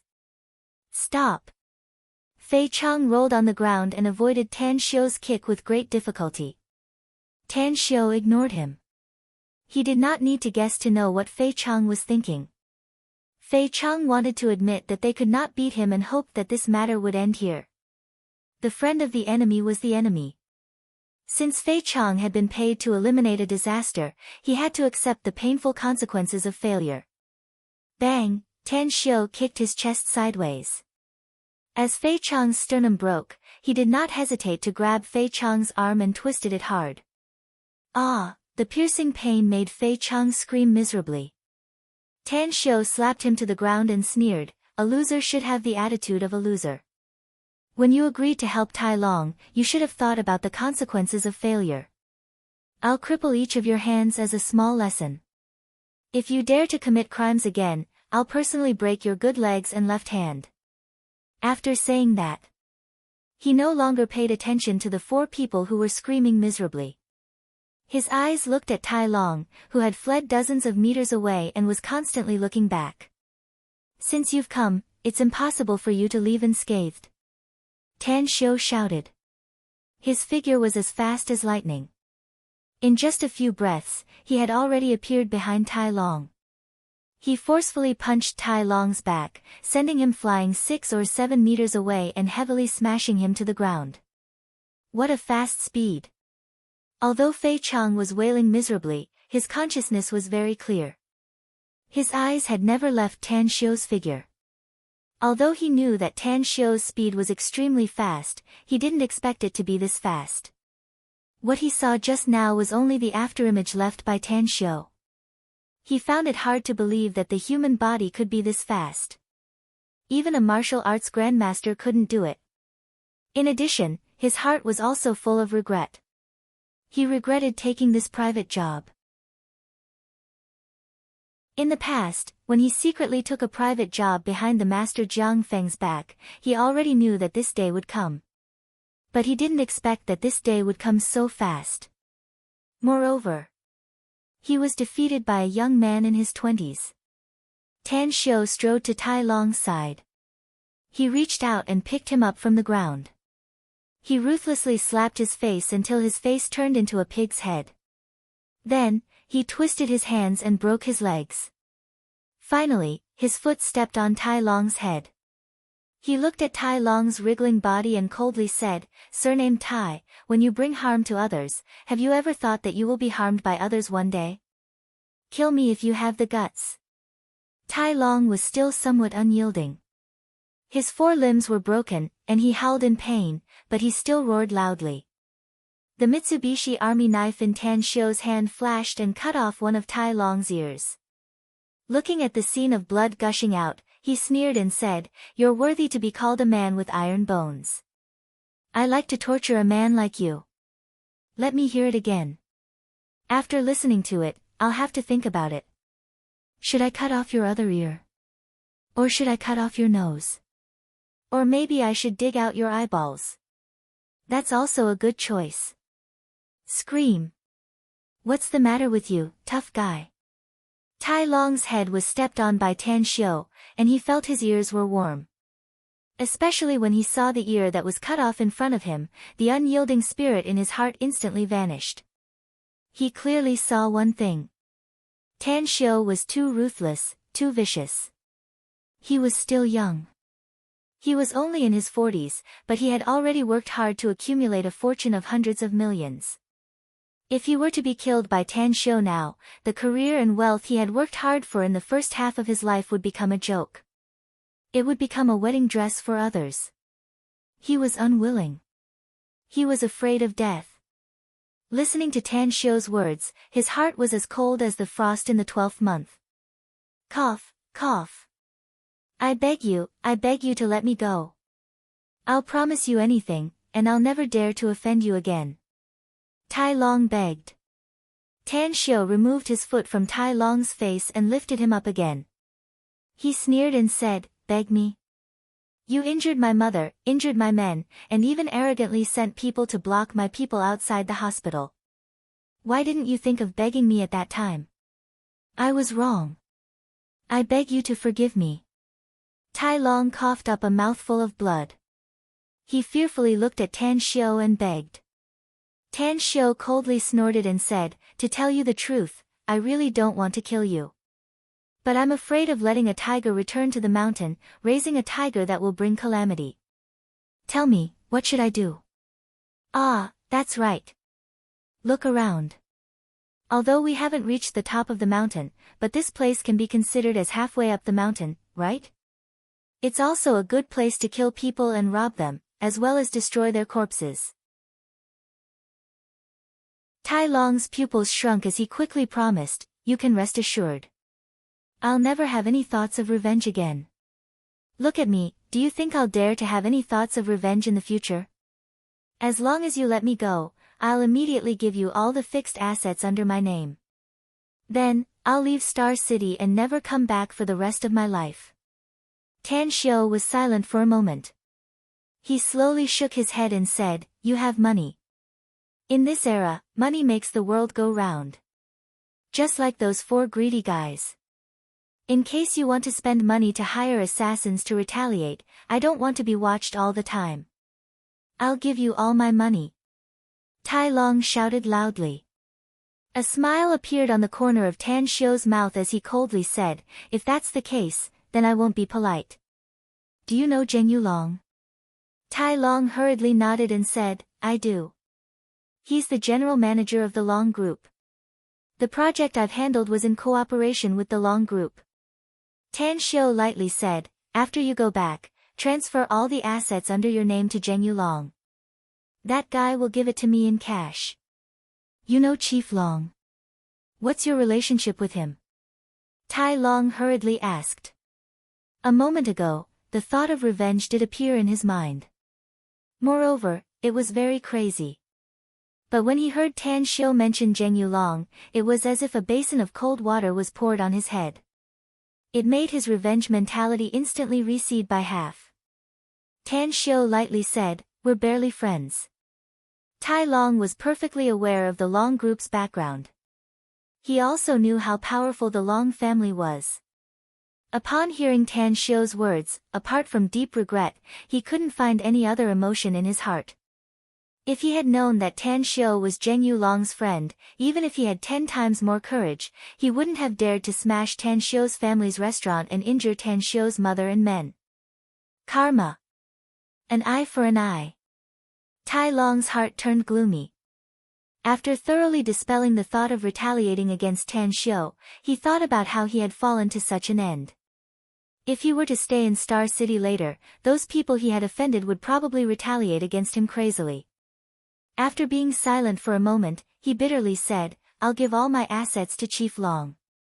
Even if I want to keep it for myself, I'm afraid he'll be able to find it. Besides, I've already become a cripple. After I go back, I'll immediately ask my wife to take me away. Sweat. After Quiet Night's update slowed down, the book review and comments section was full of curses. Quiet Night is a human, not a writing machine. Also, I don't know what kind of mentality those people have when they say that the return from the immortal world is not good. Everyone has their own preferences. Quiet Night is not RMB. I can't guarantee that everyone will like me. As long as there are brothers and sisters who like Quiet Night and the stories told by him, it's fine. Those who don't like it can just close it. Why must they curse me so badly? Asking for monthly tickets for consolation.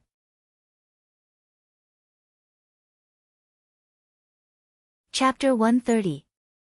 Tan Xiu didn't have the slightest pity for Tai Long. He casually hummed and directly knocked him out. Then, he came to Fei Chang's side and lightly said, you are responsible for sending that guy back. If he implicates you and you hate him in your heart, you can kill him halfway.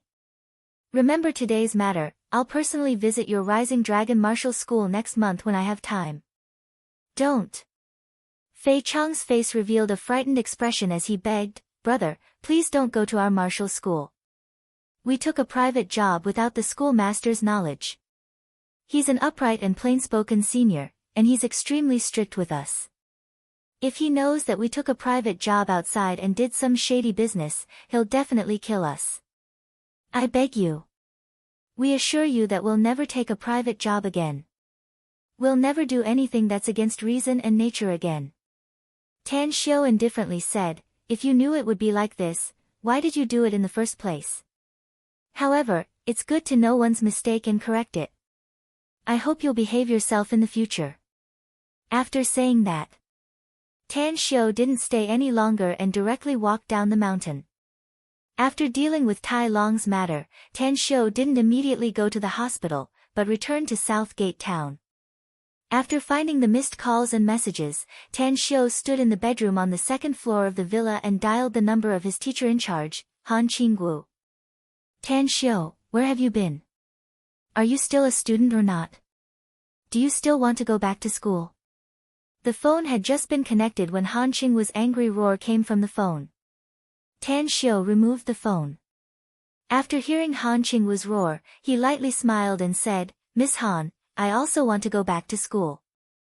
But something happened at home after I returned to Star City.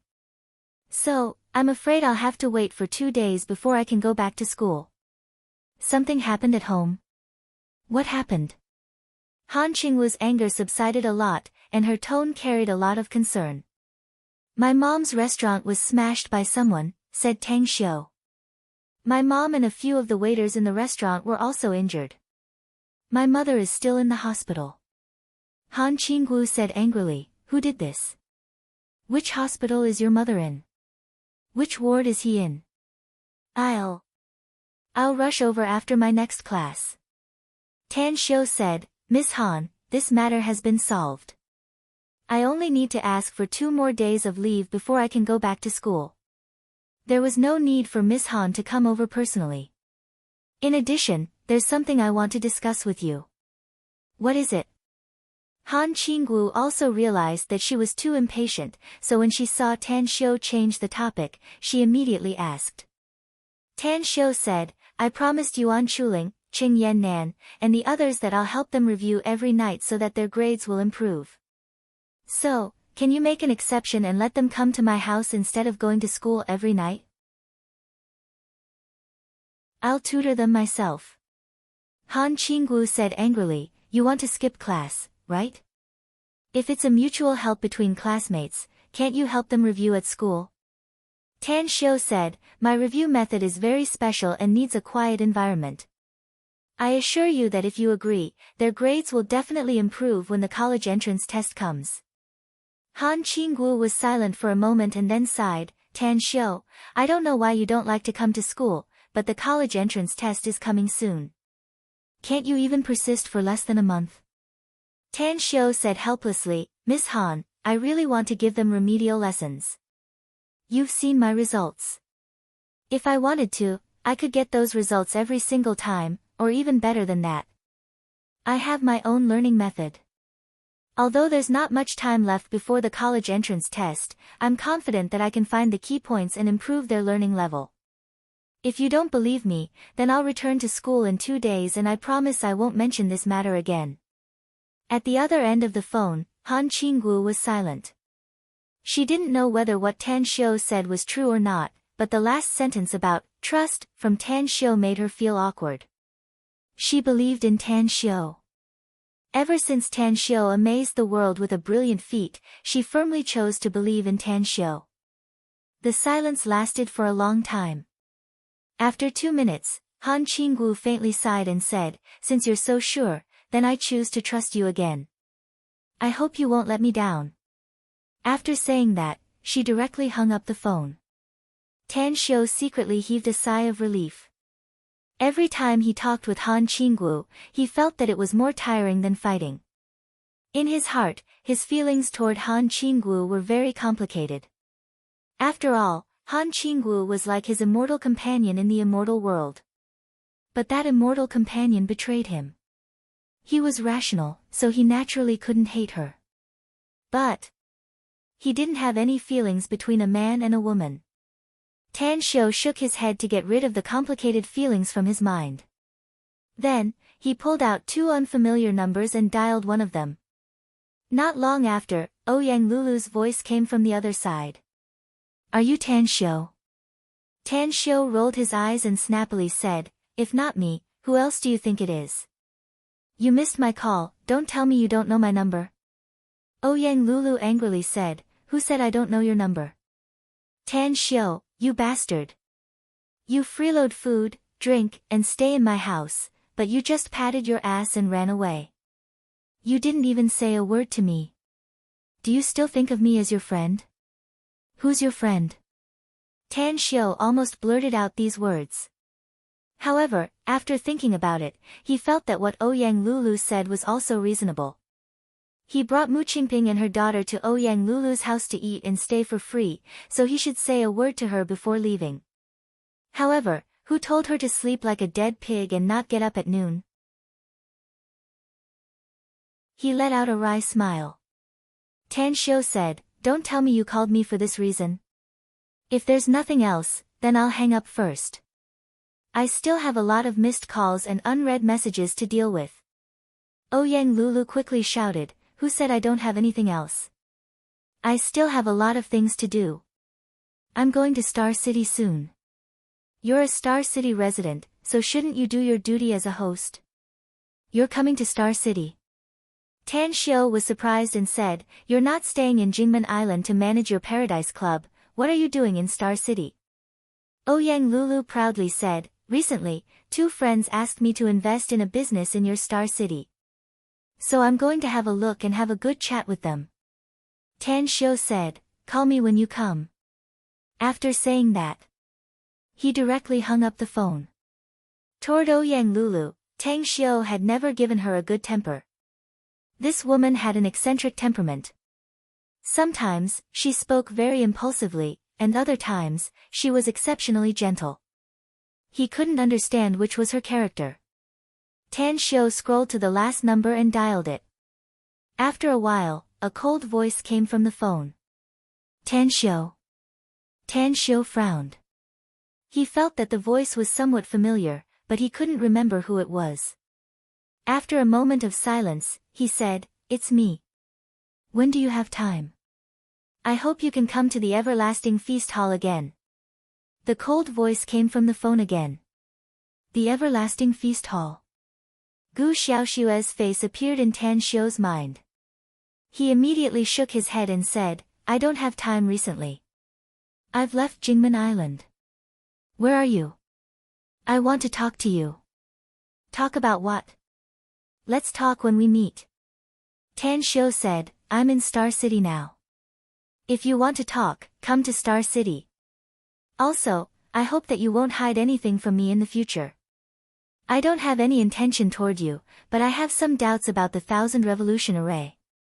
There's no harm in telling you now. In fact, the 1000 Revolution Array was created by me.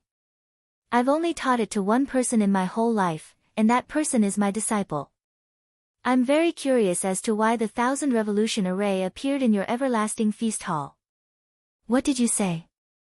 Gu Xiaoxue's shocked exclamation came from the phone. Tan Xiu said, you didn't hear it wrong.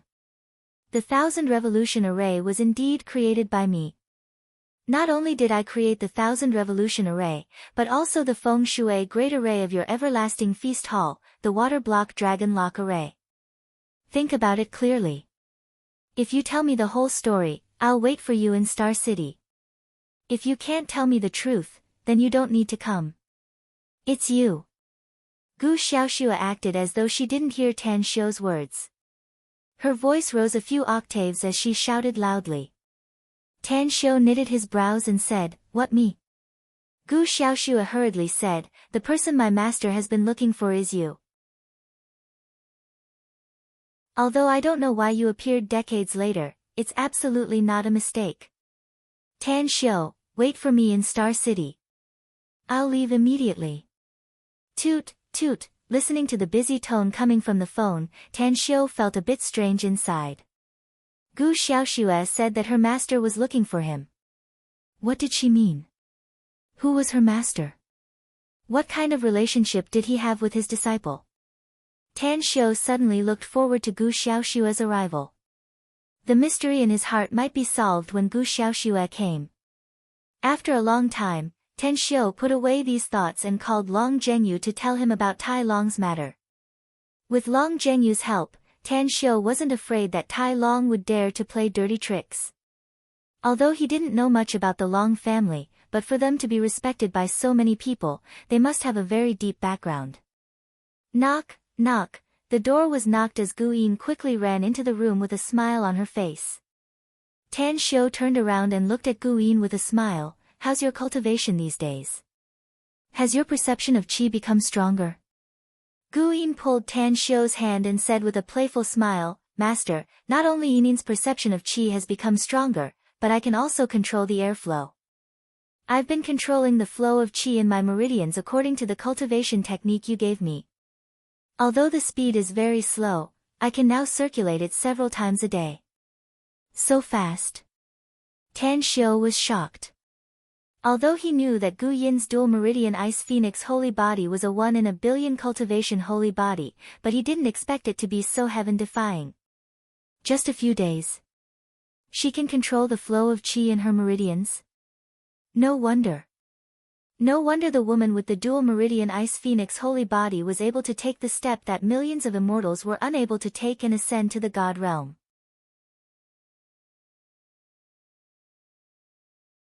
Chapter 131. Tan Xiu couldn't practice his previous cultivation technique and could only practice the heavenly art of cosmic genesis, but Gu Yin could practice the cultivation techniques of the immortal world. He also had a deep understanding of cultivation, so it was normal for him to give Gu Yin pointers. But this disciple of his was too abnormal. If she could maintain this heaven-defying cultivation speed, perhaps she would soon surpass him and become stronger than him, right? Tan Xiu forced a smile and shook his head. Suddenly, his complexion changed. A matter that made him speechless emerged in his mind. Cultivation resources. His current cultivation resources were something that he had only managed to gather with great difficulty. His precious disciple's cultivation talent was so heaven-defying that he couldn't afford to waste any time. But her cultivation speed was so fast, and the cultivation resources she needed were also staggering. Tan Xiu looked at the bright smile on his precious disciple's face, but he secretly complained inside. However, he couldn't afford to lose the child to trap the wolf. He steeled his heart and decided that he must go all out to accumulate wealth and plunder cultivation resources on Earth in the future. Once he became stronger, even if he had to go to the planets in outer space to find cultivation materials, he would try his best to meet the needs of his master and disciple. You seem unhappy, master. Gu Yin looked at Tan Xiu with a worried expression. She didn't know how she had made her master unhappy. Tan Xiu stared blankly for a moment before he immediately suppressed the helplessness in his heart. A doting smile appeared on his face as he stroked her soft hair and chuckled. Master isn't unhappy. It's just that I'm thinking about something else. I'm very happy that my disciple's cultivation speed is so fast, so how can I be unhappy? But don't forget what I told you. Haste makes waste. You've just stepped on the path of cultivation, so you must steadily cultivate and improve your cultivation bit by bit. Gu Yin nodded obediently and smilingly said, I'll remember what you said, master. My mother once said that a 10,000 feet tall building must be built from the ground, and the foundation is the most important. That's right. Tan Xiu nodded with satisfaction. Suddenly, his expression moved and he asked, Yin, your body is fine now. Do you want to go to school? Originally, I planned to let your mother train you and take you to Nine Dragons Island. But she only had 2 months to study. Plus other things, she might have to wait until September. I'm going to let you study for half a year and then go to Nine Dragons Island after the new year. What do you think? Gu Yin hesitated for a moment before she shook her head and said, I haven't been to school for more than 2 years, master. I can't keep up with many courses. Can you let me join the training class? My mom bought me a lot of textbooks a few days ago. I'm going to make up for the lessons I missed without affecting my cultivation. Tan Xiu was startled for a moment before realization dawned on him. He said with a smile, how about this? Since you've fallen behind a lot in your classes, I'll go to your tutor tomorrow and ask them to make up for your missed classes during the summer break. If you can catch up with your classmates before September, I'll send you to school for half a year. If you can't make it up to me, then forget it. Yes, Yes. Gu Yin nodded in delight. Tan Xiu smiled and said, go and play. I have something to do today, so I'll go out soon. Gu Yin was confused and asked, where are you going, master? Can Yin go out and play with you? My mom went to the mall to buy some things and it'll be a long time before she comes back. I have something important to do, so you stay at home, Yin, said Tan Xiu. I'll go out and play with you after the college entrance test. You'll definitely be admitted to a very good university, master, said Gu Yin with a smile. University? Tan Xiu smiled indifferently. He had already made up his mind. Even if he had to enter a university, he would only be admitted to Blue City University. Blue City University was the best university in Shuangqing Province, an undergraduate university. Once he was admitted to Blue City University, it would be much closer to home, so he could often come back to visit his mother. Of course. If his mother was willing to leave with him to live in other big cities, he could also choose to enter a key university in another province. Going to university was meaningless to him, but it was his mother's wish, so he must not disappoint it. After leaving Southgate Town, Tan Xiu searched for several good advanced cram schools through the internet. The content of the courses were from the 1st to the 6th grade. In order to cultivate Gu Yin, he decided to spend a lot of money. Therefore, he must hire a tutor for the 3 important subjects, English, mathematics, and physics. In an office building near Star Cities by the Square, Tan Xiu found the new idea training course marked on the internet. The environment inside was good, and the entire floor was occupied by the new idea training course. The interior decoration also appeared to be upscale. Welcome. After entering the door, the receptionist lady greeted him with a cordial smile. Tan Xiu looked around and asked, show me the program list of your cram school. Please wait a moment. The receptionist lady nodded with a smile and quickly took out a stack of documents from the drawer. She handed it over to Tan Xiu and said, Sir, do you want to send your child to our cram school? We have a strong teaching staff here, and our education level can be considered as the top among all the schools in Star City. Almost all of the teachers have passed the teaching qualification certificate, and they are willing to give up the formal establishment to work here. Tan Xiu opened the program list. After looking at it, he found that the price of the tutoring here was very expensive. The grade was also very clear. The more excellent the teacher was, the more the course content was, and the more expensive the price was. Even in the end, Tan Xiu also found that the teachers here could also visit him as a tutor, and the price was even more expensive. I need to find a tutor for the 3 subjects, English, mathematics, and physics, from the 2nd grade to the 6th grade. If possible, I'd like to start teaching the 2nd grade from tomorrow onwards. As for how to teach them, it's up to the teachers here. The receptionist lady's eyes lit up. She was a bit more enthusiastic about this big client as she said with a smile, Sir, you really came to the right place to come to our new idea training course. You can choose the most expensive package we have here, and our teaching staff will certainly. Tan Xiu waved his hand to interrupt her and said with a deep voice, even the most expensive package you have here is far from enough. My apprentice doesn't study at school and stays at home all day, so he has plenty of time. I hope that you don't calculate it according to the class hours, but according to the whole day. It's best to give him 3 hours in the morning, 3 hours in the afternoon, and 3 hours in the evening. It was the first time for the receptionist lady to meet a guest like Tan Xiu, especially when she heard Tan Xiu address him as apprentice. It was really unexpected. She hesitated for a moment and then said in a low voice, I'll have to trouble you to wait a bit. I'll contact my boss. She can make the decision according to your request. All right. Tan Xiu replied. He took the stack of documents and walked to the sofa in the corner of the hall and sat down. A few minutes later, a middle-aged woman in professional attire and glasses came out from the inside.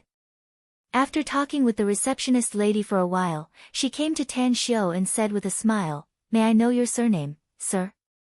Tan Xiu got up and said. I'm Li Liping. You can call me Big Sister Li, said the middle-aged woman with a smile. Our receptionist lady has just told me about your request. Such a request has never appeared in our place. What I want to ask is, are you sure that your child can keep up with our teacher's speedy course?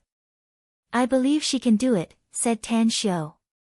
Since Sir can be sure, then I'm relieved, said Li Liping with a smile. Our customer is our God, and we'll try our best to meet our customer's requirements. How about this? I'll arrange 3 excellent teachers to tutor your child in English for 3 hours every morning, math in the afternoon, and Chinese in the evening. We'll discuss and decide the schedule. All right. Tan Xiu nodded happily. Li Liping spoke again. What you mean is that after all the second-grade courses are finished, if your child can keep up with the course speed, he can immediately start the third-grade courses. After the third-grade courses are finished, he can start the fourth, fifth, and sixth-grade courses. Is that right? That's right. Tan Xiu said again. What about the time? Asked Li Liping with a smile. How fast are you going to let our excellent teachers teach after he has finished 5 years of courses for ordinary students? I want it to start from tomorrow until September 1st, said Tan Xiu. What?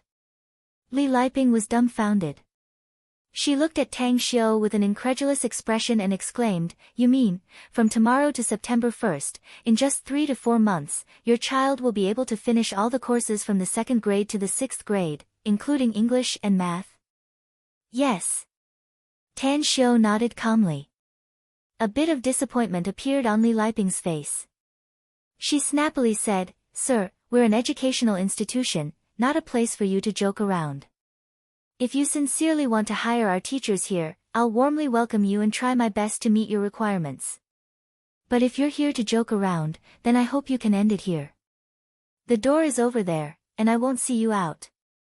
Ugh. Tan Xiu was dumbfounded by Li Liping's words. Wasn't it obvious that he sincerely wanted to hire a teacher? How did it suddenly turn into a joke? Did I not explain it clearly enough? Or did the boss of this new idea misunderstand me? Tan Xiu thought for a moment and seriously said, I'm not joking around. I'm serious about every word I said. My child may be a bit special, but special children need special treatment. You're the boss here, so you should have met a lot of gifted and intelligent children, so I hope you can do as I say. As for the price, we can discuss it. Li Liping looked at Tan Xiu with a strange expression. She shook her head and said, I've indeed seen a lot of gifted and intelligent children, but I've never heard of anyone who can finish learning the courses that ordinary children need 5 years to learn in just 3 to 4 months. Sir, teaching needs to be done step by step and progressively. Your way of thinking is a bit like pulling up seedlings to help them grow. You see, isn't it?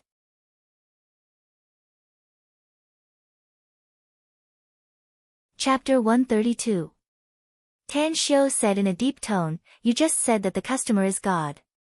This is what I mean, and I hope you can do as I say. If my apprentice really can't keep up with the speed teaching course, then we'll draw up a new teaching plan. I told you that the price is negotiable. Li Liping hesitated. She could feel the seriousness in Tan Xiu's attitude. But she couldn't figure out why this young man before her was so confident. No. What did he just say? Apprentice? Could it be that the child she wants to hire is this young man's apprentice? What a weirdo. Li Liping cursed a few times in her heart before she nodded and said, I understand what you mean. Please wait for a moment. I'll immediately discuss your request with the teachers here. After we draw up the teaching plan, I'll show it to you. Tan Xiu said in a deep tone, I want the best teachers here.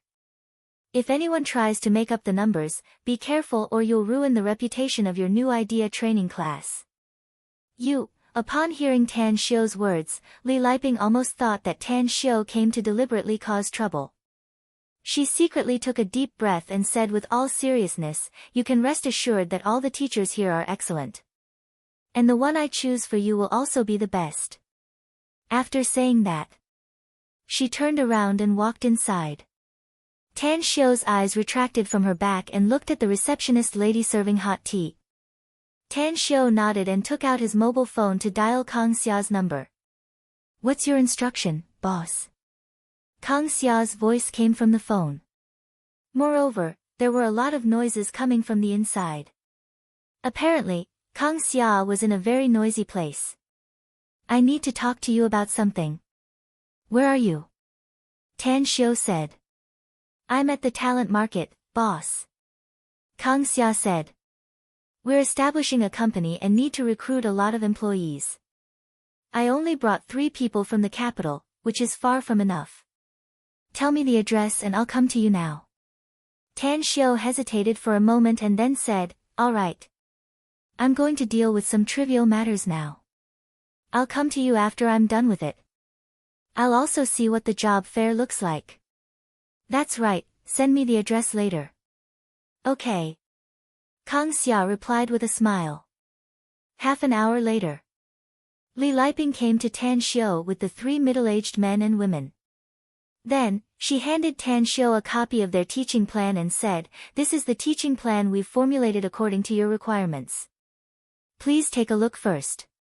What I need to say in advance is that your requirements are very tight, and you have too little time.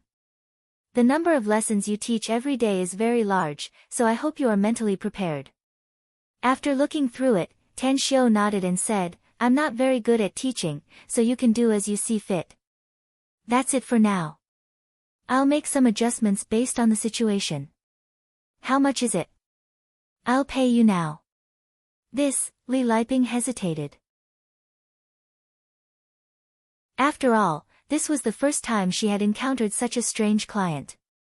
Moreover, the requirements were much more than their ordinary lectures, and the time was also very different.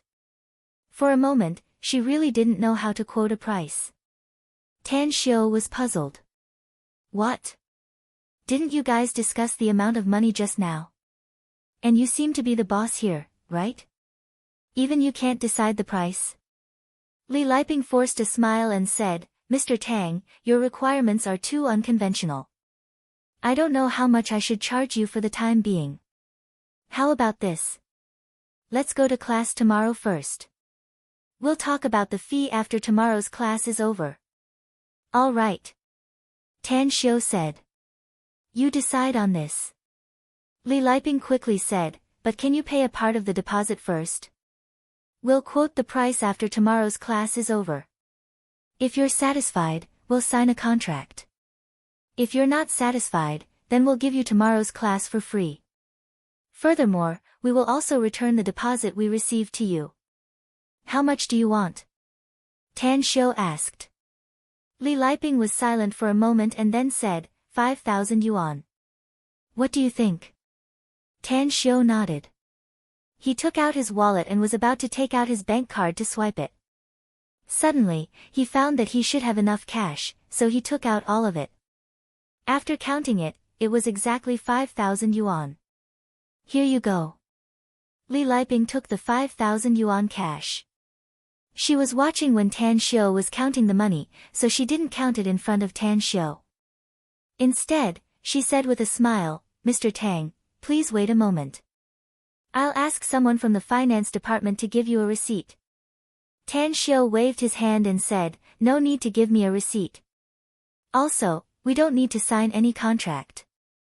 I don't think it's necessary. You're an educator, while I'm doing this for my child. We should maintain the most basic trust between us. Just tell me the price tomorrow and I'll directly transfer the money to you. Later, you can send a teacher to my place to teach every day." "What's your address?" Li Liping asked. Tan Xiu said, "It's not far from here. It's the last building number in Southgate Town. I still have things to do, so I won't bother you anymore. Goodbye." Southgate Town. The last building number. Li Liping's pupils shrunk as she looked at Tan Xiu's back as he left. Her heartbeat suddenly sped up. She had been to Southgate Town before because her family had a rich relative who lived there. She knew that it was the most luxurious villa complex in the entire Star City. Even When she was a guest at her relative's house, she had heard her relative talk about something. The best view building in the entire villa complex was the King Villa, which was the last building number. "Mr. Tang, I'll send you off." Li Liping's complexion changed a few times as she strode to catch up. At the same place, the three middle-aged teachers looked at each other in dismay. Tan Xiu politely refused, but Li Liping was too enthusiastic. She insisted on sending Tan Xiu to the entrance on the first floor of the office building. Then, she said with a smile, "Take care, Mr. Tang." Tan Xiu nodded. Under Li Liping's watchful gaze, he walked to the roadside and stopped a taxi, quickly disappearing at the end of the street in the distance. Weirdo. What a weirdo. He can live in the most luxurious villa in Southgate Town, yet he doesn't even have a car. He even needs to take a taxi to go out. Li Liping shook her head as she secretly cursed inside. Star City Talent Market. In the spacious market hall, hundreds of stalls were crowded with people. Since this job fair was a large-scale job fair hosted by the major enterprises in the Shuangqing province to the whole country, and the venue was set up in Star City, nearly 100,000 college graduates, unemployed employees, and other talents from all walks of life had gathered here. Coincidentally, the magnificent Tang Corporation was preparing to set up a company and happened to encounter this large-scale job fair. Therefore, Kang Xia found a good location for a stall and even personally came to oversee it. When Tan Xiu arrived at the Star City Talent Market, he was immediately shocked by the scene in front of him. Although it was already in the afternoon, it was still overcrowded. Nowadays, the most worthless people are college students. Tan Xiu suddenly recalled the words that Yuan Zhenren had once complained in his ear. He immediately nodded in agreement. Many students had studied hard for more than 10 years, but in the end, they still had to go from house to house to apply for jobs. Perhaps in the past, studying was the only way out. But now, even if one had a high diploma, everything would be in vain if one didn't have the ability. According to the exact location given by Kang Xia, Tan Xiu found the stall belonging to the magnificent Tang Corporation. In the stall of more than 10 square meters, Kang Xia and another cute and petite blonde girl were sitting on the inside of the podium, interviewing a young man who looked like a student. There were also two foreign men who were sorting out the information inside. There was also a long line behind the interviewee.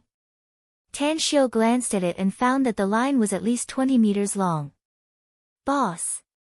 Upon seeing Tan Xiu's arrival, Kang Xia immediately got up and called out, "Boss." The golden-haired loli also stood up and shouted. There was a curious look in her eyes as she looked at Tan Xiu over and over again. Tan Xiu nodded to the two, waved his hand and said, "Kang Xia, give the job to someone else first. I have something to tell you." "Understood." Kang Xia exhorted Andy at her side and let the blonde youth behind her take over her work. Then, she called Tan Xiu to the stall.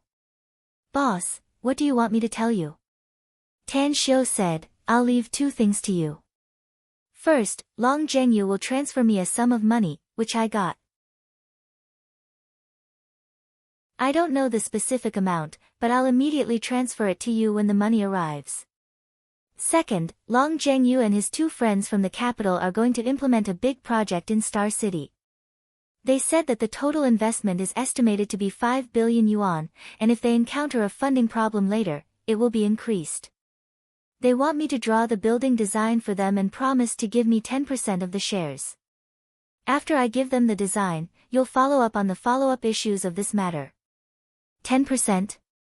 Kang Xia looked at Tan Xiu with an incredulous expression. She was shocked by the news. A design could get 10% of the shares. Moreover, the investment funds were already 5 billion yuan. It was hard for her to imagine what kind of design was worth such a high price. "Boss, are you sure it's shares? Not profit dividends?" Kang Xia quickly asked. With a puzzled expression, Tan Xiu asked, "What's the difference between shares and profit dividends?" Kang Xia was secretly speechless. Only now did she realize that this boss of hers really knew nothing about doing business. After organizing the words in her mind, she explained, the building that is about to be built, if you don't sell it and keep it as your property, then you'll own 10% of the wealth of this building. Later, if you sell the building, you'll get 10% of the total sale price. If you directly sell it after it's built, then the investment funds will be deducted. 10% of the project's profit will be the dividend. I think you should ask about this matter first, and then I'll know how to contact them.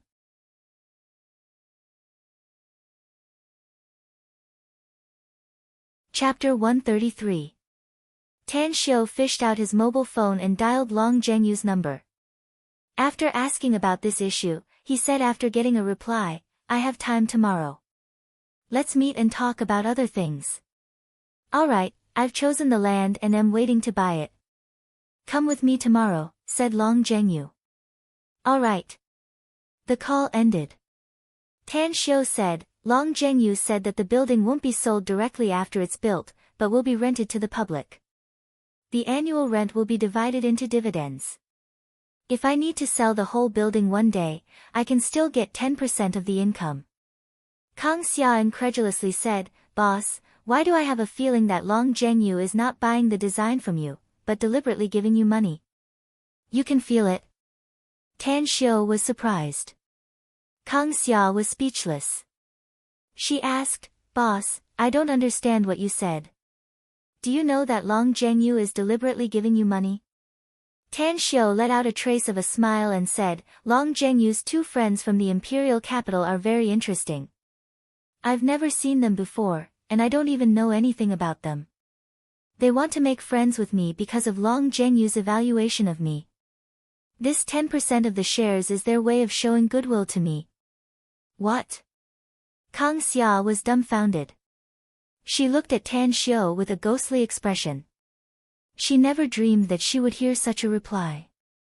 Just to make friends, he wanted to use at least 500 million yuan to show goodwill. Idle. God. Jack, who had just replaced Kang Xia to interview the staff, turned his head and said with worship.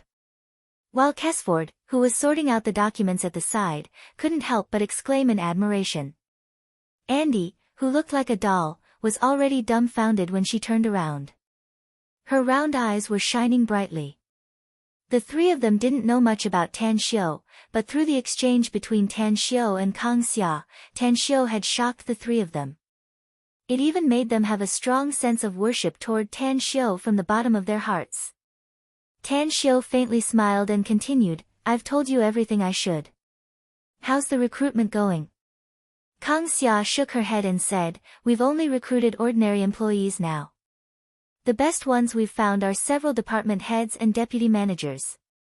As for the managers of the various departments and important leaders of the company, none of them had been recruited. Andy could be in charge of the publicity department, Jack was an elite in the planning department, and Kesford was an expert in the logistics department. They had been with me for several years and had achieved outstanding results. But it's still a long way from being qualified for a position in our company. Tan Xiu smiled and said, No hurry. Take your time. As long as we offer a high enough salary, I believe that there will be many talented people who will recommend themselves and join us. Upon hearing it, Kang Xia glanced outside a few times and suddenly said in a low voice, Speaking of talents, I found a good one. Take a look at that middle-aged man with an abject appearance outside. I know him. He used to be someone I admired. Tan Xiu asked in surprise, Who is he? If he's really as amazing as you said, why would he come to the talent market to find a job? I've heard about him. He used to be in the United States. Not only is he a genius in sales, but he's also a computer expert, said Kang Xia.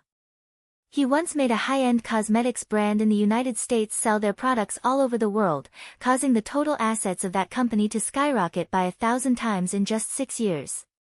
However, 5 years ago, he used a computer network to invade a technology company's internal system and stole the company's most confidential information, resulting in him being arrested and imprisoned. I have no idea when he returned to China, nor why he came to the talent market to recruit a job. Tan Xiu frowned and asked in a low voice, why don't you directly throw an olive branch to such a talented person? I only know that he's very amazing, said Kang Xia, shaking her head. But I'm a bit worried about other aspects. So I'm going to figure it out and then throw an olive branch to him. Tan Xiu looked at the middle-aged man standing in the queue. After pondering for a moment, he slowly said, how about I interview him? You know about interviews? Kang Xia was surprised. Nope, but I know how to look at people, said Tan Xiu with a smile. Kang Xia shrugged her shoulders and said with a smile, since the big boss wants to do it himself, then I'm happy to do it. I hope the boss can recruit a good talent. Time fleeted by. In the blink of an eye, 20 minutes had passed.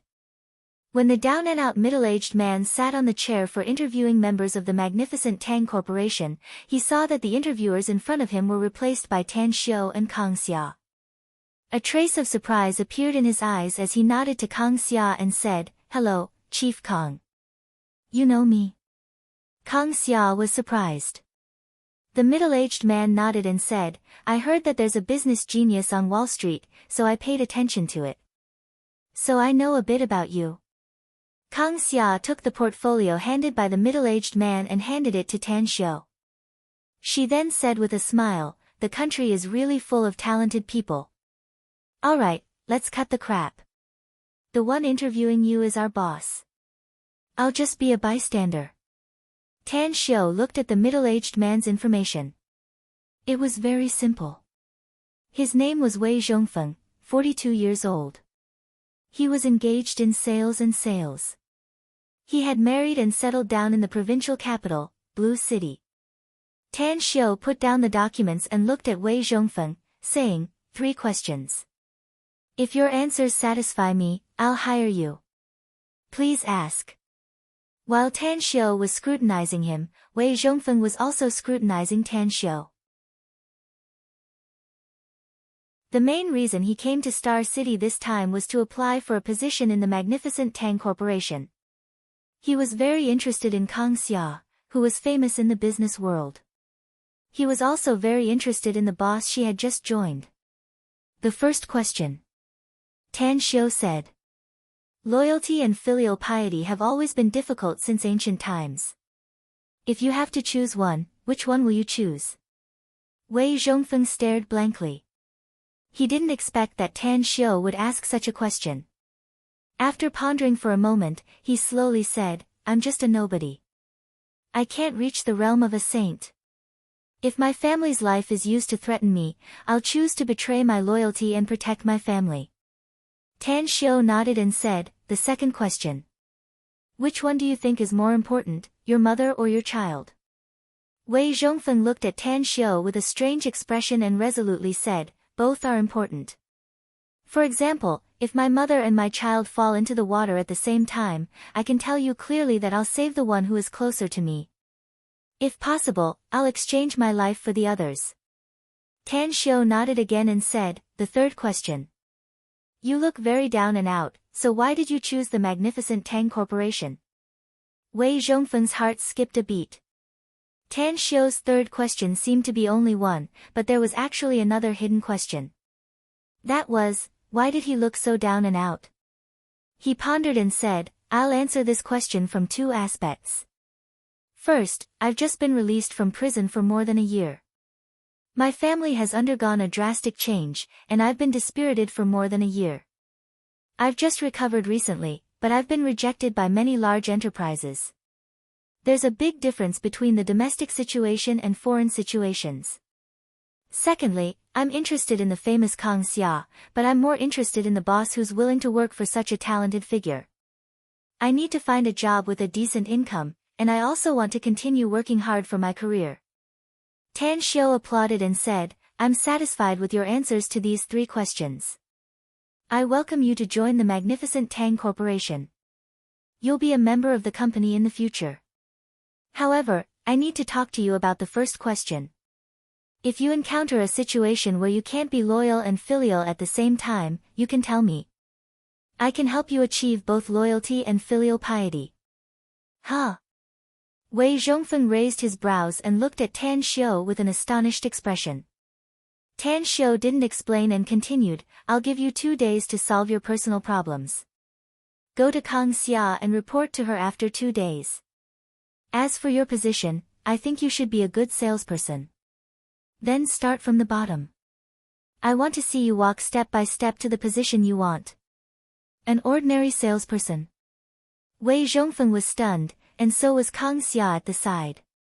They stared blankly at Tang Xiu with puzzlement in their eyes. You're not satisfied? Asked Tan Xiu. Wei Zhongfeng pondered for a moment before he shook his head and said, It's not that I'm not satisfied, just a bit surprised. Rest assured, boss. I'll report to Chief Kang on time 2 days later. All right, said Tan Xiu.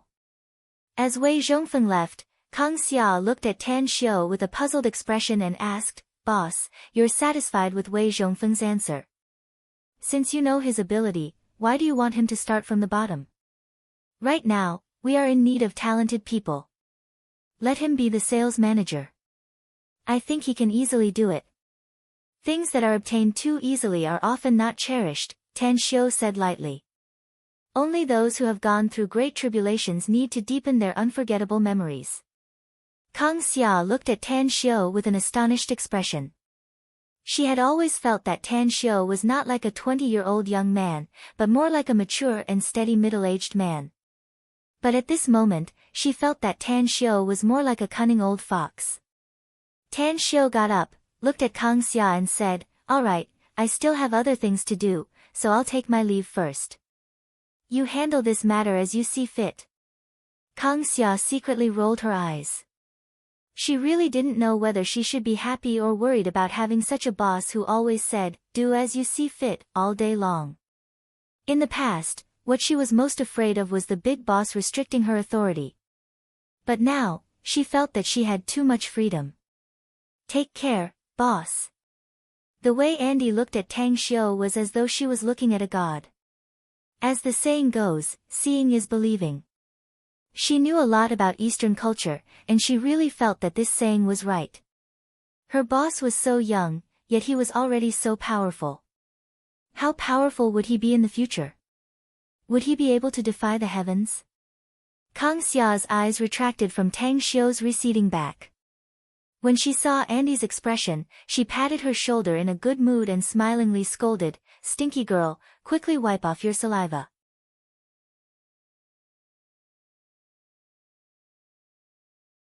Chapter 134. At Star City Chinese Medical Hospital. Tan Xiu appeared outside the VIP ward with a thermos flask in his hand. After leaving the talent market, he personally went to the market to buy fresh vegetables and meat.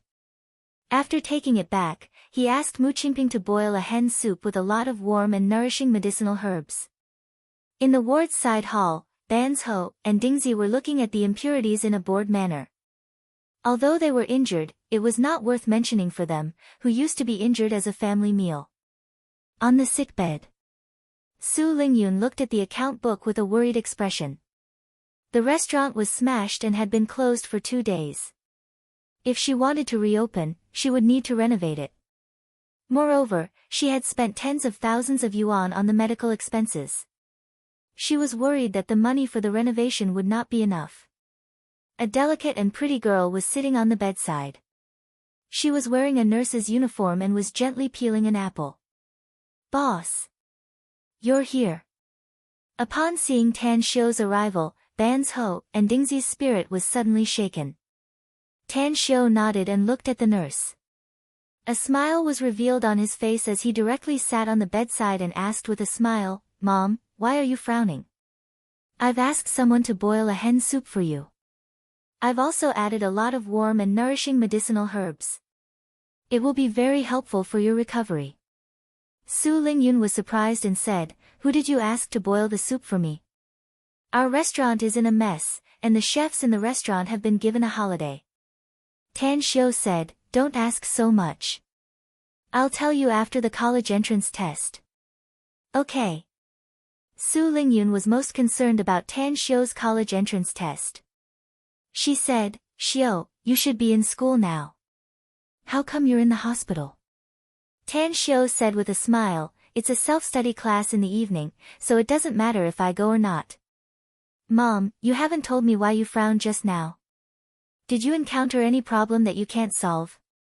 Su Lingyun hesitated for a moment before she bitterly smiled and said, our family's business just got better, and we're earning a lot more money than before. But who would have thought that it would be smashed by a customer? I'm thinking about whether the remaining 100,000 yuan in my hands is enough to renovate it. Tan Xiu laughed involuntarily and said, so it's this matter. Don't worry. The renovation work could be left to Banzhou and the others. They had a lot of connections in the past, and the renovation materials they bought were all cheap.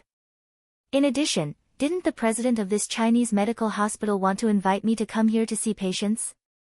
So, to prevent me from going back on my word, he gave me 100,000 yuan in advance, saying that it was my salary for half a year. I will give the money to Banzhou later. You don't have to worry about the renovation. When you're discharged, the restaurant can reopen. Su Lingyun said, son, the doctor said that I need 2 to 3 months to fully recover from my injury. If our restaurant is closed for 2 or 3 months, I'm afraid. Well, I believe in Banzhou, Dingzi, and these kids. When their injuries get better, I'll let them busy themselves with the renovation. I'll also leave the business of the restaurant to them. Tan Xiu raised his brows. He turned his head and looked at Banzhou and Dingzi with a satisfied expression. He then said with a smile, since my mom is willing to leave this matter to you, then I'll leave the renovation and business to you. Make sure that the renovation is better and the grade is a bit higher. All right. Banzhou and Dingzi were immediately overjoyed. Su Lingyun's trust in the two of them made them feel especially touched. They secretly decided that they must expand the scale of the restaurant, decorate it in a more imposing manner, and manage it better than before. Knock, knock. The door was knocked as the inpatient department's director came in with several doctors in white gowns to check the ward. When he saw Tan Xiu, his eyes suddenly lit up as he greeted him with a smile, Mr. Tang, I didn't expect you to be here. I've already ordered the cafeteria to specially prepare the dishes. Thank you, Tan Xiu said with a smile. The inpatient department's director smiled more brilliantly as he waved his hand and said, You're welcome, Mr. Tang. It's the president's order. How is it? Is your mom all right? I'm fine. Thank you, Director Wang, Su Lingyun quickly said. It's good that you're fine. The inpatient department director said with a smile. I'll go to the other wards to have a look. As the inpatient department director left, Su Lingyun looked at Tan Xiu and said with a complicated expression, Xiu, there's a question I haven't asked. Do you know someone? Yeah. Tan Xiu said. What's wrong? Su Lingyun suddenly tensed up and asked again, what's his surname? Is his surname also Tang? What do you mean? Tan Xiu was somewhat baffled by his mother's question, but he still honestly said, Mom, his surname is not Tang, but Long. He's the one who arranged for you to move to the VIP ward. Su Lingyun's tense expression slowly receded as she nodded and said, it's good that his surname is not Tang. By the way, you said you've read medical books before, right? You even cured a patient that even the president couldn't cure. Is it true? Xiu, you must be an honest child. If you don't have the ability, quickly return the 100,000 yuan to him and don't come to the hospital to see patients. Don't worry, Mom. Tan Xiu said with a smile. Have you ever seen me overestimate myself since I was a child? Su Lingyun wanted to say something but hesitated.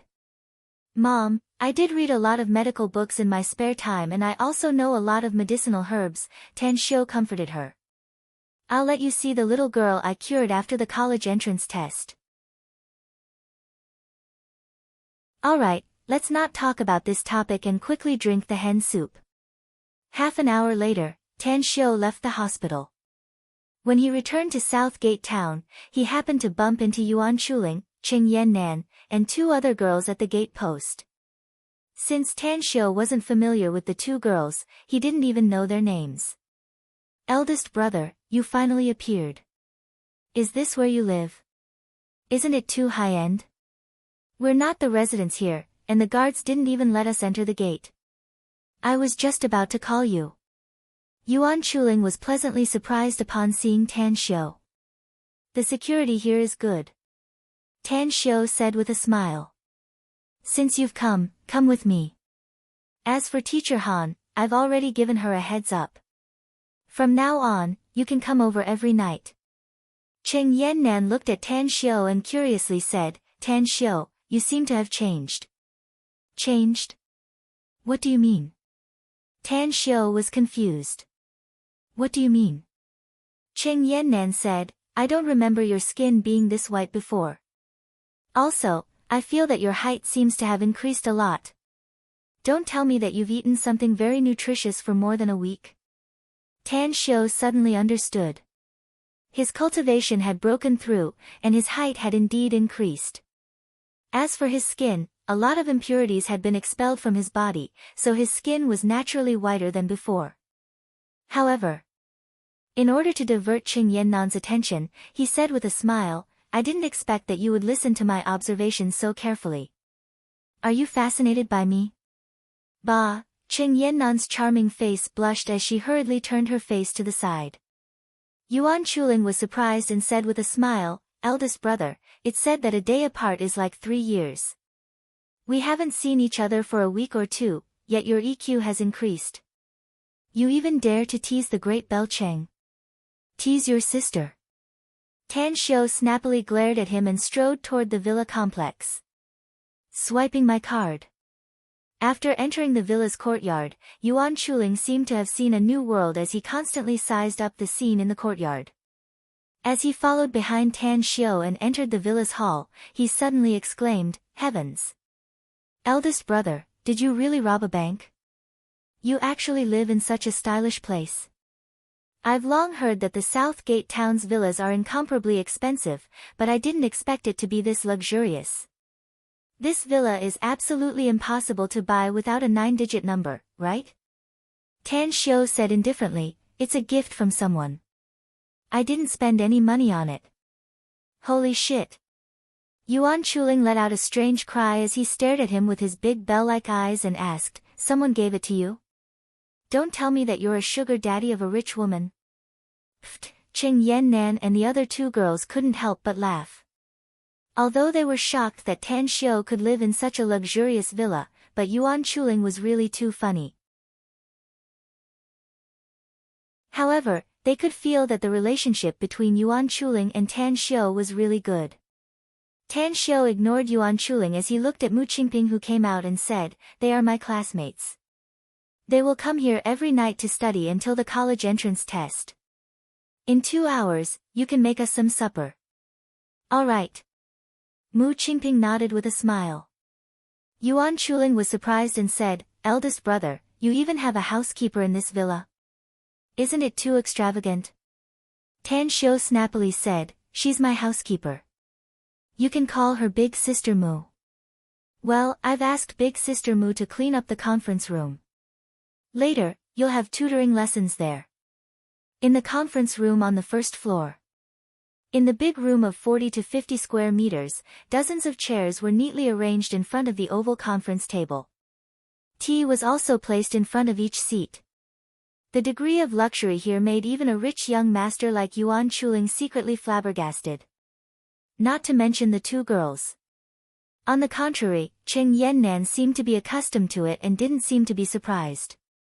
You study first, I'll have a few words with Big Sister Mu. Tan Xiu greeted them and then took Mu Qingping to the corridor outside. He said, I've talked to Yinin. She said that she has missed more than 2 years of lessons and doesn't want to go to school for the time being. I've hired private tutors from a good training class outside. They will come to my home every morning, afternoon and evening to give lessons to Yinin. If Yinin can make up for the missed lessons in 3 or 4 months, I'm ready to send her to school on September 1st. Then, she can go to school to experience the campus life. Mu Qingping gratefully looked at Tan Xiu and silently nodded. She could feel Tan Xiu's care and love for her daughter, so she said, Thank you, Mr. Tang. Tan Xiu waved and said, I'll call you Big Sister Mu later. You call me Tan Xiu. That's right, text me your bank account number, I'll transfer some money to your account. Mu Qingping quickly said, Mr. Tang. Tan Xiu, I still have money. It's too sad. Jingye's tenosynovitis flared up again because of the fierce outburst in the past few days. Almost every time she typed on the keyboard, Jingye's fingers would feel a sharp pain as if they were pricked by needles.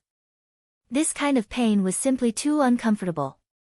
But in order to ensure the updates, Jingye had to endure the pain and finish typing today's 4 chapters. Afterward, her fingers would hurt 30 to 40,000 times. The degree of pain was comparable to a woman giving birth to a child. I beg the brothers and sisters to comfort me, so that Jingye will have the motivation to continue giving birth tomorrow.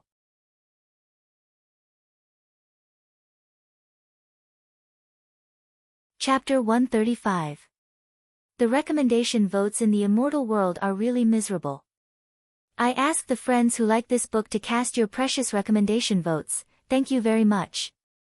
Tan Xiu said, that's your money, keep it. Since you want to be my housekeeper, I will naturally give you a sum of money for your daily life. In addition, your salary, for the time being, 20,000 yuan a month. When I have more money later, I will raise it for you. Mu Qingping hesitated for a moment and silently nodded. Tan Xiu looked at Mu Qingping's appearance and suddenly remembered the days in the immortal world. He felt that he didn't know how to buy people's hearts before, so he ended up being deserted. Now that he returned to modern times, he decided to change himself, so he said again, Big Sister Mu, since you want to be my housekeeper, then you are my family. What's more, Yin is my apprentice, so in the future, where is my home, is your home. Between us, I hope there won't be too much courtesy. Later, if you don't have money, just tell me. If you need anything, don't hesitate to ask. As long as I can do it, I will definitely do it. Home. Mu Qingping was stunned, and a layer of mist slowly appeared in her eyes. Since her husband died in a car accident and her daughter got a strange disease, she had never felt the warmth of a home since she sold her house. Listening to Tan Xiu's words, at this moment, a feeling of happiness hit her heart. She had a home. Moreover, she also had a relative. Mu Qingping whispered in her heart. In a flash, she felt closer to Tan Xiu. Thank you. Mu Qingping's lips squirmed a few times, but her voice was like a mosquito flapping its wings. Tan Xiu slightly smiled and said, well, I'll give them a supplementary lesson, you go and rest first. Mu Qingping nodded and turned to leave. A moment later. Tan Xiu observed with his divine sense and found that after Mu Qingping returned to her room, she directly sat on the bed, hugged her knees and cried. Poor woman. Tan Xiu secretly sighed in his heart. Suddenly, he thought of his mother, and his heart suddenly turned sour. Mu Qingping was like this now, but wasn't his mother also like this? Mu Qingping met him and regarded him as her family, but what about his mother? His mother endured hardships to raise him. How much suffering did she suffer? How much suffering did they suffer? How many times had she cried behind his back? At this moment, Tan Xiu secretly swore that he would never let his mother suffer the slightest grievance in the future. After returning to the conference room, Tan Xiu saw the 4 of them whispering to each other, so he cleared his throat and said, starting from tomorrow, all of you are to find the books for year 1 and year 2 and bring them here. My teaching method is very simple. As long as you can grasp the technique, it will be very easy for you to learn all the content in the textbook. Of course, we are facing the college entrance examination after all. I will extract all the important content from year 1, year 2, and year 3 to strive to improve your college entrance examination results significantly. Qing Yannan didn't have much hope for Tan Xiu. When Tan Xiu had wanted to tutor Yuan Chuling in private, she had been hot-headed and had proposed to study together with him. But now, looking at Tan Xiu's confident look, she didn't want to discourage Tan Xiu. She asked, Tan Xiu, what are we going to learn today? Tan Xiu said, since you didn't bring the textbooks for year 1 and year 2 today, let's talk about the content for year 3. You still need to accumulate knowledge in Chinese, but I can tell you the key topics of the college entrance examination. If my guess is correct, it should be helpful to you. Foreign language, mathematics, physics, and chemistry. You can choose the parts that you don't understand or the parts that you always make mistakes in the exams. I'll give you some pointers. Alright. The four of them opened their textbooks and asked about the parts that they usually didn't understand. Tan Xiu's mind was clear, and his words were well organized. Moreover, according to the method of dissecting silk from cocoons, he explained the problems that they didn't understand layer by layer, from simple to profound. 2 hours passed by, but they didn't realize it at all. Every time Tan Xiu explained a problem to them, they were pleasantly surprised to find that the parts that they didn't understand before were suddenly enlightened. In fact, there were even many places where everything was connected. It's amazing. In the past, the teacher repeatedly explained it many times, but I didn't understand this mathematics problem. After Tan Xiu's explanation, I unexpectedly understood it all at once. It's like seeing the clear sky after the clouds have been pushed away. Tan Xiu, you're really amazing. I think your level is even better than our mathematics teacher. The girl called Xia Wanfen sincerely praised. The other girl called Li Shaoqian also praised. The chemistry problem that Tan Xiu explained to me just now was really skillful. If I analyze it according to the formula that he explained, I can understand a lot of related content. If I encounter similar problems again in the future, I can definitely solve it easily. Worthy of being my boss. Worthy of being my idol. Yuan Chuling gave a thumbs up and said with a smiling face. As for Qing Yannan, at this moment, the contempt in her heart had already vanished. Every topic and subject that Tan Xiu explained today had given her a great shock. She knew some of those problems, but her method of solving them simply couldn't be compared with Tan Xiu's. Simple. Clear and organized. Layers upon layers of logical reasoning would soon be able to get the correct answer. Qing Yannan looked at Tan Xiu and said with a serious expression, I originally thought that it would be very dangerous for me to enter a second-tier university based on my results. But now, I'm confident that I can even enter a top-tier university after your guidance. Thank you, Tan Xiu. Tan Xiu waved his hand and said, it's just a trivial matter. After all of you get excellent results and enter a top-tier university, remember to treat me to a meal when you have time later. Definitely. Qing Yannan and the two girls nodded repeatedly. Yuan Chuling touched his chin and said with a smile, Boss, even if I can't enter a top-tier university, I'll treat you to a big meal. No, I'll treat you to as many meals as you want. My dad and mom said that I must invite you to our house as a guest someday. Let's talk about it later. Tan Xiu said calmly. He didn't want to see Yuan Chuling's mother now. Otherwise, the matter of him saving and killing people would be completely exposed. Although he was now clear that Yuan Chuling's mother might have already guessed that it was him, but after all, she hadn't seen him. Even if it was just a guess, she didn't dare to be 100% sure. The supper is ready. Do you want to eat now? Mu Qingping came to the conference room wearing an apron and said with a smiling face. At this moment, she seemed to be a few years younger, and her face was glowing. Tan Xiu was very clear that Mu Qingping had returned to her room and cried bitterly. It could be said that she had vented out all the depression and grievances that had been suppressed in her heart for more than 2 years. She even decided to start a new life. Let's eat now. Tan Xiu replied and brought the four to the dining room. Wow! Is this really supper? Isn't it too sumptuous? Xia Wanfen exclaimed with wide eyes as she looked at the exquisite dishes on the table. The fragrance assailed her nostrils. Yuan Chuling sat on the chair and exclaimed, it's really extravagant. Let's not talk about the color, smell, and taste of the dishes. Just the soup alone, it actually uses Chinese herbs. I'm really convinced. Eldest brother, your life now is just like that of an emperor. Otherwise, I'll move in with you later. You're not welcome. I'm afraid that you'll eat until you're poor. Tan Xiu smiled and sat down. Yuan Chuling rolled his eyes, snorted twice, and then began to eat. The four people's appetite was greatly stimulated by the supper. Because the meal was very sumptuous, even though each of them had eaten a lot, there was still more than half left. Later, after they rested for a while, Tan Xiu began to give them pointers again. Until the early hours of the morning, the four people reluctantly gave up the idea of continuing to learn.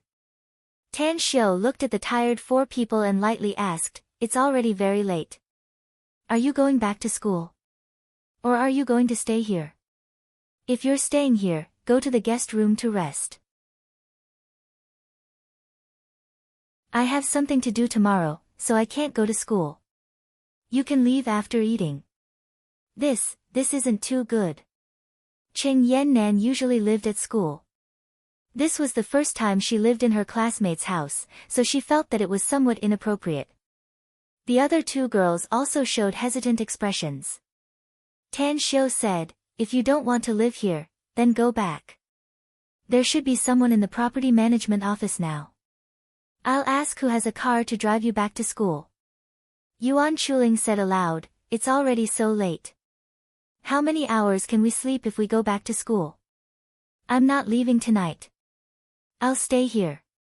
Eldest brother, prepare a room for me. I'll sleep here every night after I finish my study." Qing Yannan looked at the two girls, and finally nodded and said, "It's already so late. Don't bother the property management office. I'll also stay here." "We'll also stay here." The other two girls also nodded and said after seeing Qing Yannan agree. "Do as you wish. I have a lot of guest rooms here, enough for you to stay. Big Sis Mu should still be awake, so I'll let her arrange it for you." Half an hour later. In a guest room, Li Xiaoqian and Xia Wanfen decided to stay in the same room. So, after taking a bath, they wore the pajamas prepared in the guest room and sat side by side at the head of the bed, chatting. "Xiaoqian, we misunderstood Tan Xiu before, but he unexpectedly didn't care about our past enmity. Not only did he help us with our tuition, but he also asked someone to prepare a midnight snack for us. He even let us stay in his house. He's really a good person." "Yeah. I didn't expect that Tan Xiu's character would be so good. I was worried that Tan Xiu would fuss about the matter at school, but now it seems that it was unnecessary. He's very easygoing. That bastard Su Xiangfei always talks bad things about Tan Xiu behind his back. When we go back to school tomorrow, we must tell everyone that those words are Su Xiangfei's lies. Tan Xiu is not that kind of person. Yeah, I used to think that Su Xiangfei is very handsome, and his academic performance is also good. I never thought that his character would be so bad. We must let the whole class know his true colors." "Ah, that's right. Today's harvest is so big. If we really get good results in the college entrance exam, we must show our gratitude by inviting him to dinner and singing with him." "No problem."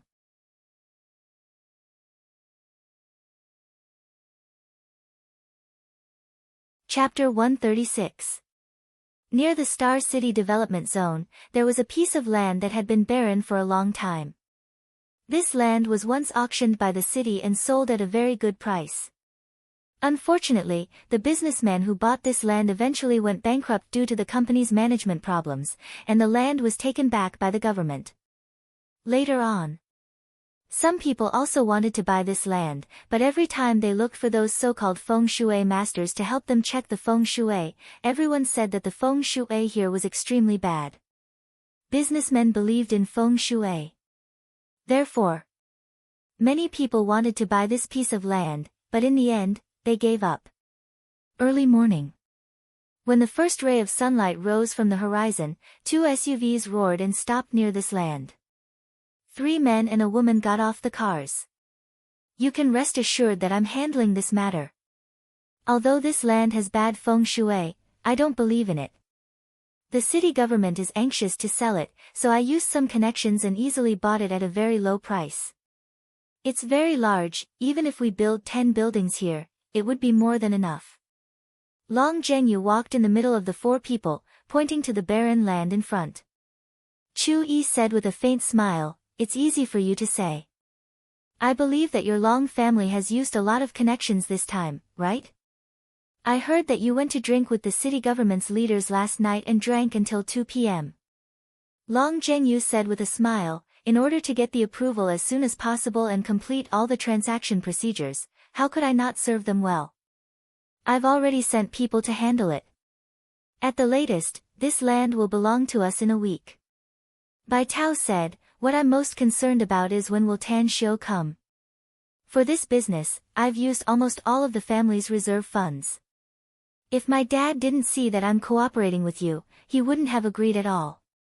A smile hung on the corner of Ouyang Lulu's mouth as she said, "Bai Tao, before I joined, you seemed to have more funds, right? You used to be an honest person, but I didn't expect that you're the most scheming one." Ugh, Bai Tao's complexion froze. He then forced an awkward smile and said, "Old classmate, don't hit people's faces when you hit them, and don't expose their shortcomings when you scold them. How can I bear to hear you say that?" Ha ha ha, the trio burst into laughter. "I called Tang Xiu this morning," said Long Zhengyu with a smile. "He said that he would rush over after the party. The three of you, we've already come to an agreement. As for Tan Xiu's 10% shares, even if we increase our funds in the future, we cannot dilute his shares." Understood. The other three nodded in agreement. After getting a positive answer, Long Zhengyu smiled again and said, "Our project is just a skyscraper. If we have more funds in the future, we can start other projects." Tan Xiu could get the shares of this project, but not the other projects. "We can do a lot of projects on this piece of land. If that kid wants to make money, he will definitely be tied to our chariot." Ouyang Lulu's eyes lit up as she gave Long Zhengyu a thumbs up and praised, "I've long heard that young Master Long is resourceful and a rare elite in the business world. Today, I've finally learned something new. My family really hopes that I can cooperate more with Tan Xiu." Ouyang Lulu's words were not false. On the night when Tan Xiu left, she returned to the Ouyang family's ancestral residence. After seeing her father and grandfather, she found that her mother, who often disappeared, was also at home. Her mother and brother even misunderstood that she had a special relationship with Tan Xiu. Even after she explained it to them, they still hoped that she would have more contact with Tan Xiu. Ouyang Lulu's heart was as clear as a mirror. The reason why her family wanted her to have more contact with Tan Xiu was that, on the one hand, they hoped that she and Tan Xiu could have a good relationship and make Tan Xiu the future son-in-law of the Ouyang family. On the other hand, it was inseparable from Tan Xiu's identity as a cultivator. Cultivators were as rare as phoenix feathers and unicorn horns in this world. Any family that could have a relationship with a cultivator would definitely have great benefits. Their Ouyang family had developed into one of the top families in Jingmen Island, but they had also encountered a bottleneck. From Tan Xiu's identity, they seemed to see a bigger space for development. Long Zhengyu let out a faint smile and said, "In fact, as long as we can tie Tan Xiu to our chariot, there will definitely be more surprises. For example, a business cooperation. A certain tycoon has been considering whether to do real estate or not." Chu Yi was confused and asked, "Which tycoon?" Long Zhengyu said with a smile, "Chen Zhizhong, the Endless Virtue Pharmaceuticals boss. Of course, he's also Tan Xiu's disciple." What? Chu Yi and Bai Tao's complexion changed. They had previously sent people to investigate Tan Xiu and found out that Tan Xiu and Chen Zhizhong had an unusual relationship. Chen Zhizhong even publicly said that he wanted to worship Tan Xiu as his master. But this matter was actually true. Ouyang Lulu squinted her eyes as she nodded and said, "Extraordinary people do extraordinary things. Tan Xiu is unfathomable in my heart. He will definitely bring us more surprises in the future." Half an hour later, a taxi came roaring. When Tan Xiu got off the taxi, he saw Long Zhengyu and the others not far away from him. What he didn't expect was that he had seen the three people beside Long Zhengyu before. "It's you." Tan Xiu's eyes swept over Ouyang Lulu and finally stopped at Chu Yi and Bai Tao. Chu Yi said with a smile, "Hello, Tan Xiu. We had some small issues before in Jingmen Island. I hope you don't take it to heart." In fact, before we went to Jingmen Island, we first came to Star City and heard your name from Long Zhengyu. I've always wanted to see you, but I didn't expect to see you in Jingmen Island. Bai Tao had a frank and straightforward character as he also said with a smile, "Yeah. If we knew that you were the Tan Xiu that Long Zhengyu talked about, we would have returned the jade pendant to you at that time." Tan Xiu nodded. He also knew that this matter actually had nothing to do with Chu Yi and Bai Tao. His real opponents were Qin Kai and Yi Taifu. Moreover, Chu Yi and Bai Tao had given him such a big gift in order to build a good relationship with him. So, he wouldn't chase after the previous matter. Eventually, his eyes fell on Ouyang Lulu as he said with a forced smile, "How come you're everywhere I go?" Long Zhengyu said that he's cooperating with two friends, so it should be them. "How come you're also here?" Ouyang Lulu rolled her eyes at Tan Xiu in a flirtatious manner and said with dissatisfaction, "What do you mean I'm everywhere I go? It's them who invited me to invest. Otherwise, do you think I want to see a heartless guy like you?" "A heartless guy?" Long Zhengyu, Chu Yi, and Bai Tao stared blankly as they looked at each other in dismay. These words. Why did it sound like they were flirting with each other? After Ouyang Lulu finished speaking, she also realized that there was something wrong with her words. Her charming face suddenly blushed, but she didn't give any explanation. Tan Xiu simply didn't think about it. Looking at Ouyang Lulu's discontented expression, he secretly let out a forced smile and said, "Forget it. You can cooperate however you want. I came here to look at the land." "Is it this land?" "It's a good feng shui treasure land. If we build it here, whether it's convenient transportation or the geographical location, it will be easy to develop into a bustling area." "But?" Long Zhengyu quickly asked, "But what?"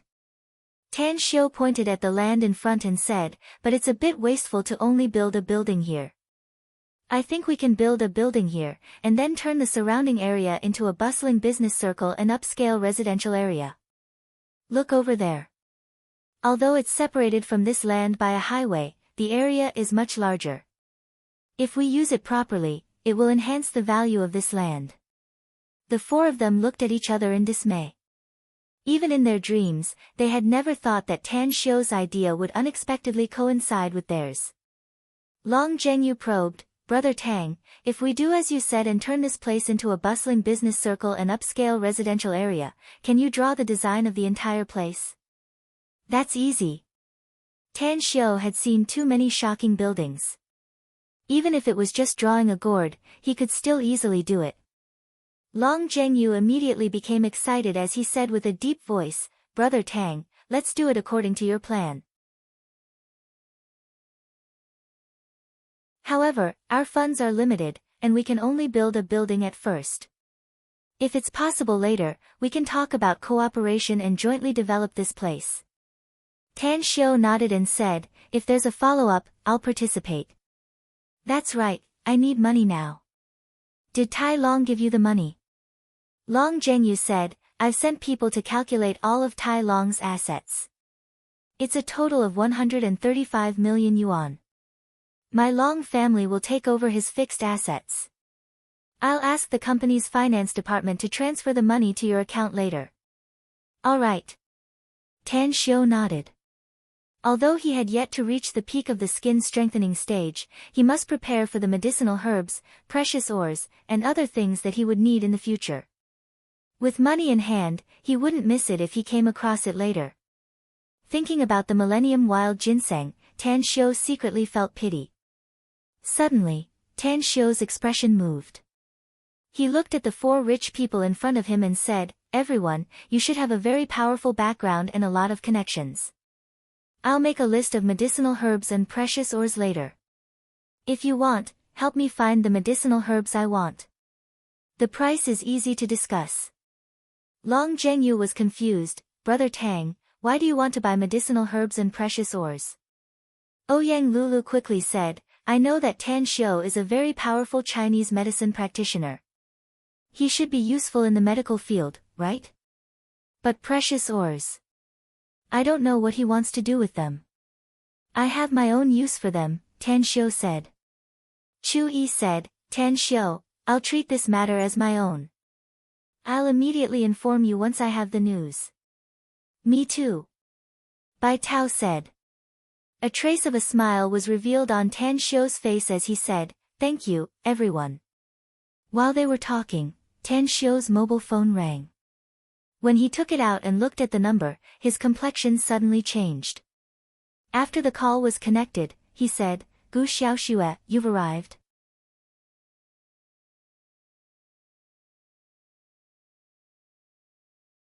Chapter 137. Gu Xiaoxue. Several people who paid attention to the content of Tan Xiu's words instantly stared blankly as their eyes instantly focused on Tan Xiu. They were very familiar with the name, and their minds involuntarily recalled the devastatingly beautiful face that could cause the downfall of a nation. I got it. Wait for me there. After saying that, Tan Xiu directly hung up the phone. He then looked at Long Zhengyu and said, I have something urgent to deal with, so I need to leave immediately.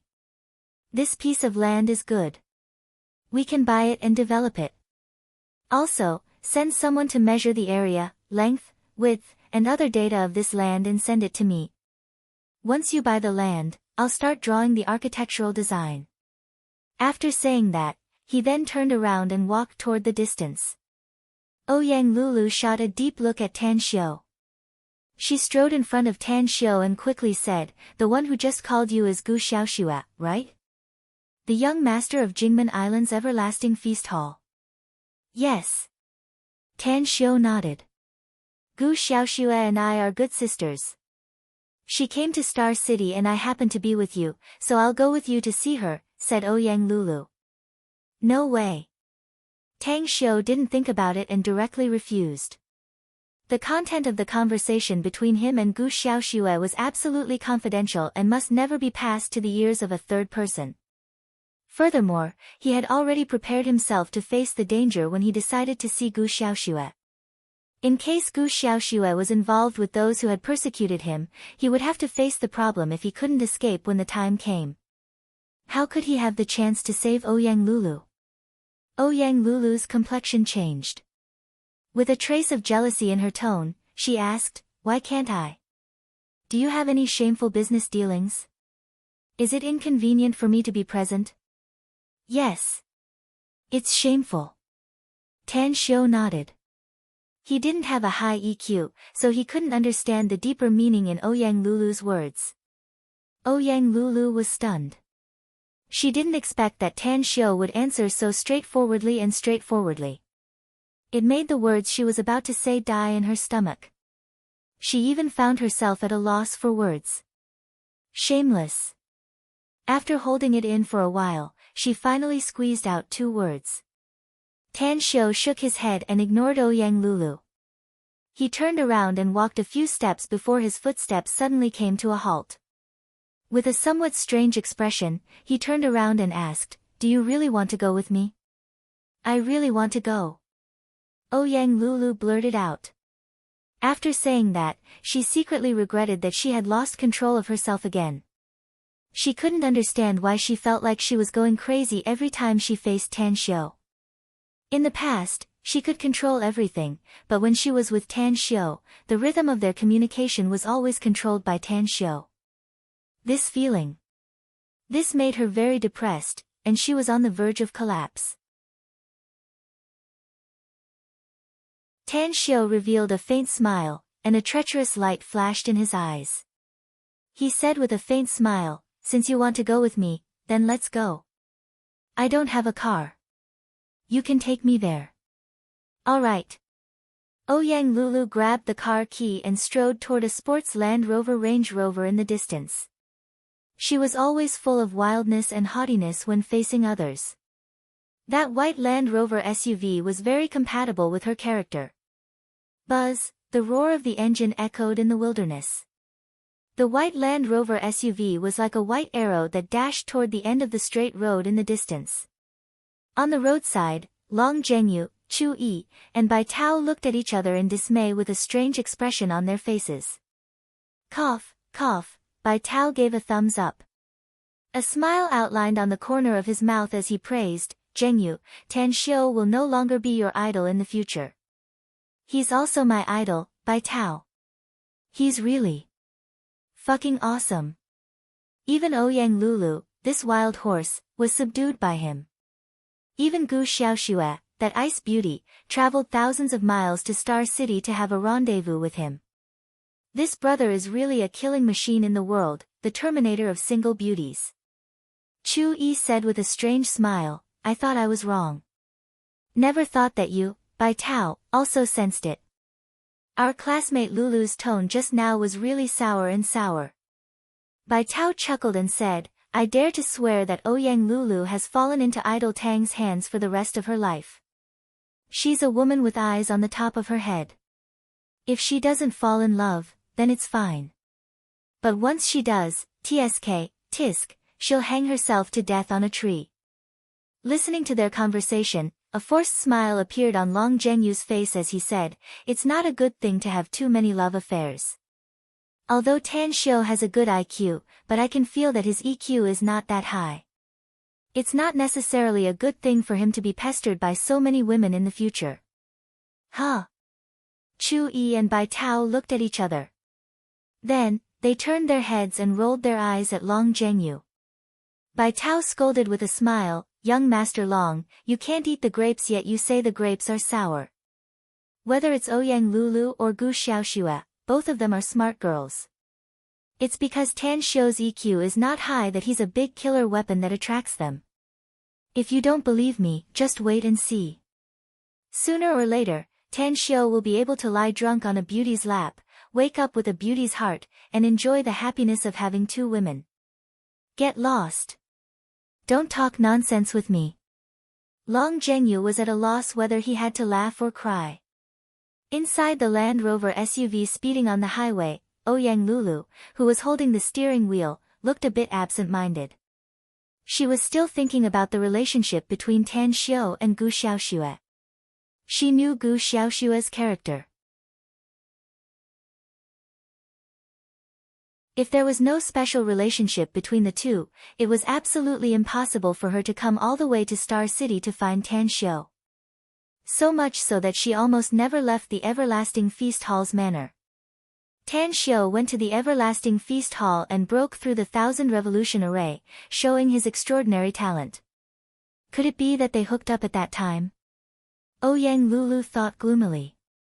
Concentrate on driving. Tan Xiu retracted his gaze from the window and immediately reminded her upon seeing Ouyang Lulu's absent-minded appearance. Ouyang Lulu glanced at Tan Xiu from the side. While concentrating on driving, she pretended to be careless and asked, Tan Xiu, we can be said to have gone through thick and thin together. We're friends who have lived together, so we should be able to talk about anything, right? Tan Xiu turned his face to the window and was too lazy to pay attention to Ouyang Lulu. He really didn't know when he had gone through thick and thin together with her.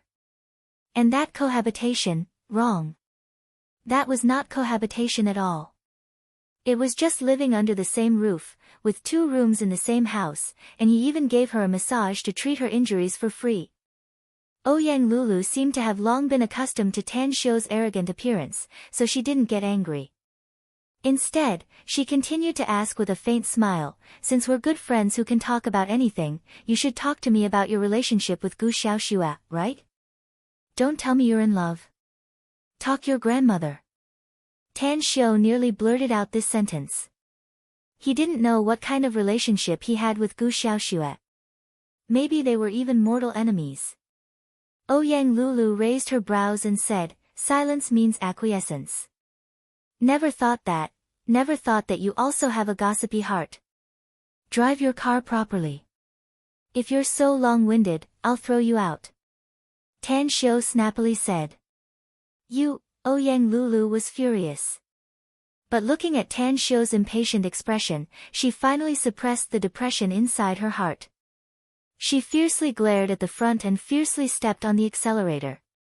You're speeding, you'll be fined and have points deducted. Although Tan Xiu had yet to get his driver's license, he still had this common sense. Ouyang Lulu indignantly said, "Why do you care?" Ugh, Tan Xiu forced a smile and sighed inwardly. A woman's heart was like a needle at the bottom of the sea. He really couldn't understand what this woman was thinking. Starlight Building.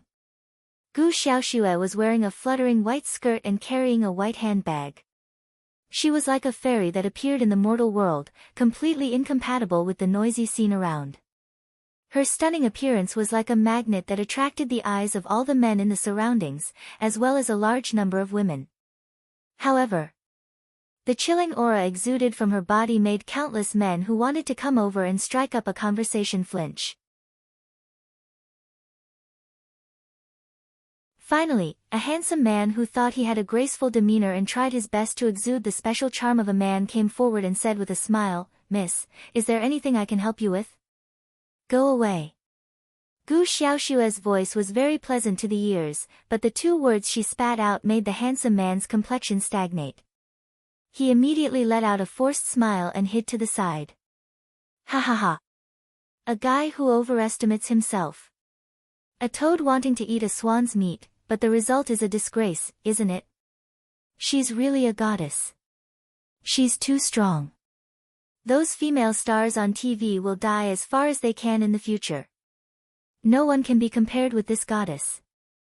If I can marry such an icy beauty, I'm willing to do it even if I have to shorten my life by 20 years. Let alone 20 years, I'm willing to do it for 30 years.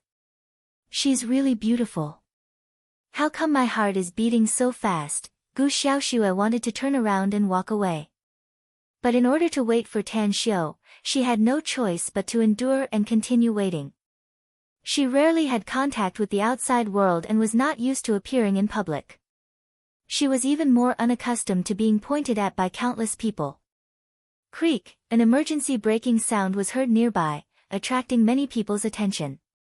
On the front passenger seat, Tan Xiu looked at Ouyang Lulu and lightly said, "Thank you for sending me here. I have something important to discuss with Gu Xiaoxue. You can go now." "What?" Upon hearing Tan Xiu's words, Ouyang Lulu's eyes nearly popped out. She raised her arm in disbelief as she pointed at her nose and asked, "You mean, you want me to come here to be your coachman? Is there a problem?" Tan Xiu asked. "There's your sister." Ouyang Lulu couldn't bear it anymore and burst out a foul word. Tan Xiu didn't care about it and said, "I'm an only child and have no sister. Take care, I won't send you off." Having said that, he opened the door and walked toward Gu Xiaoxue after getting off the car. Ouyang Lulu fiercely glared at Tan Xiu's back. She immediately unfastened her seatbelt and chased after him in big strides. She didn't believe that even if Tan Xiu didn't welcome her, her bosom friend, Gu Xiaoxue, wouldn't welcome her. "Xiaoxue, I'm so happy to see you." Ouyang Lulu dashed to the front of Gu Xiaoxue and affectionately pulled her small hand.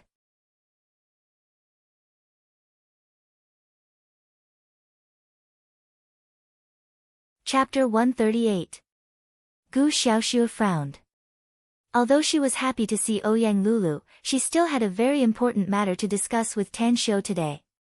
Furthermore, she found it strange as to why Ouyang Lulu was with Tan Xiu. Immediately, she cast a questioning look at Tan Xiu.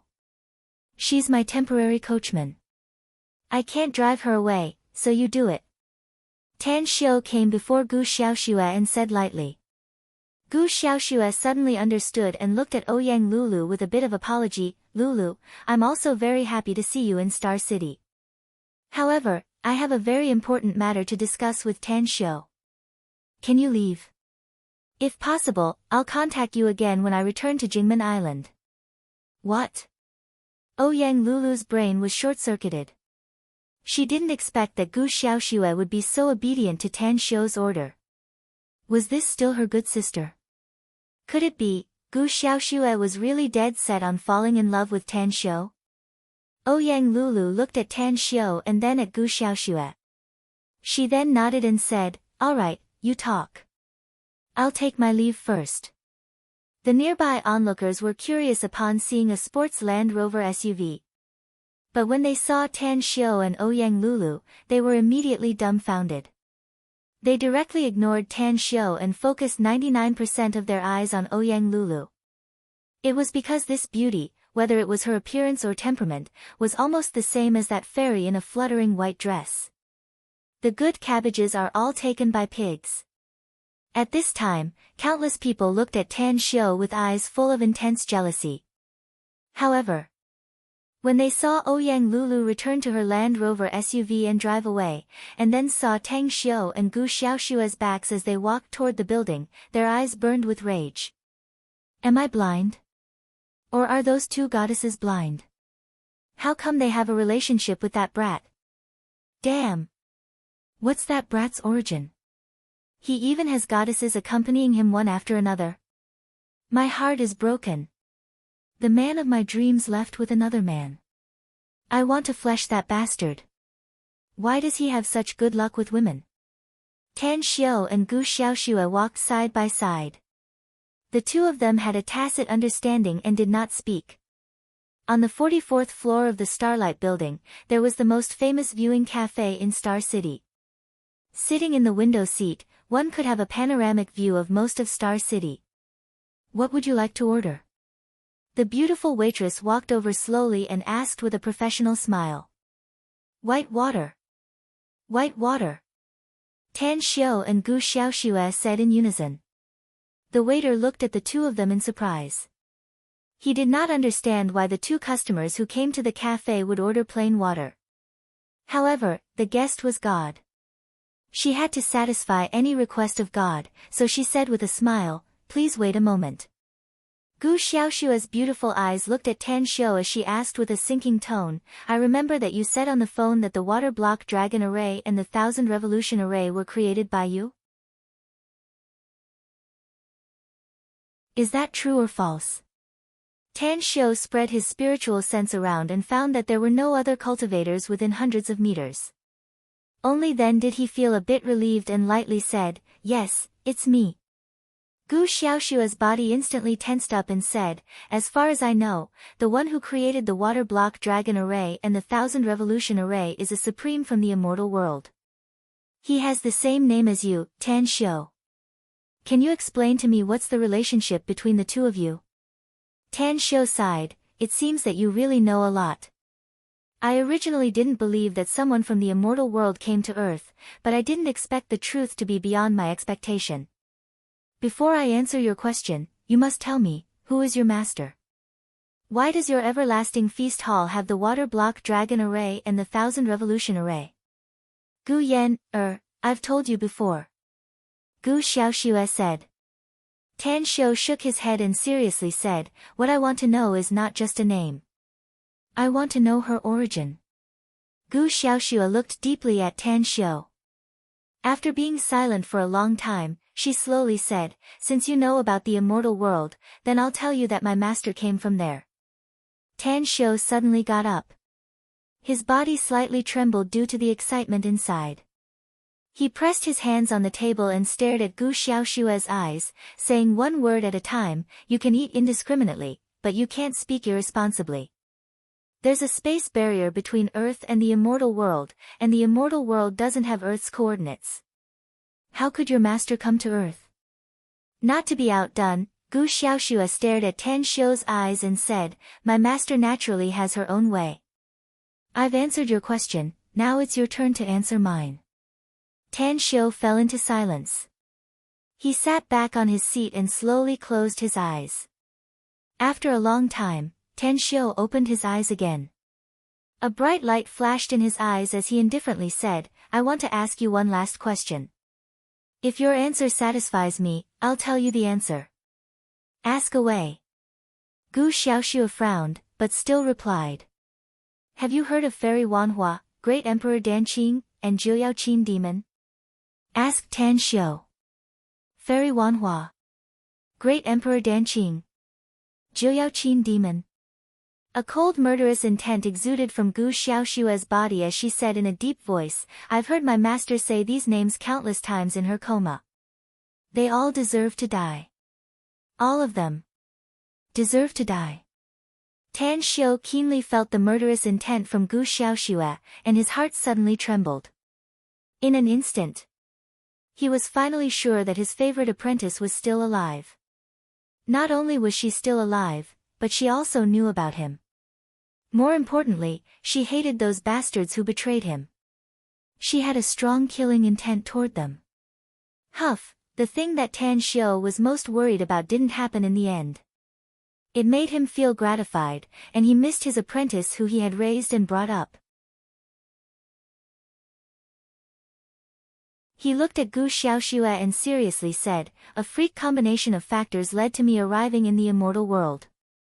10,000 years in the immortal world passed in a flash. Perhaps it's not my fate to die yet. When my consciousness returned, I returned to Earth. In this life, there are people I hate and people I miss. During my time in the immortal world, I once accepted a disciple named Gu Yan, I gave her this name, and I raised her myself. It's a pity." Gu Xiaoshua abruptly got up. Her body trembled violently as she looked at Tan Xiu's eyes that were full of memories. Ignoring the gazes of the other people in the cafe, she walked to the table and directly knelt down, calling out with a trembling voice, "Grand Disciple Gu Xiaoshua pays respect to Grand Master."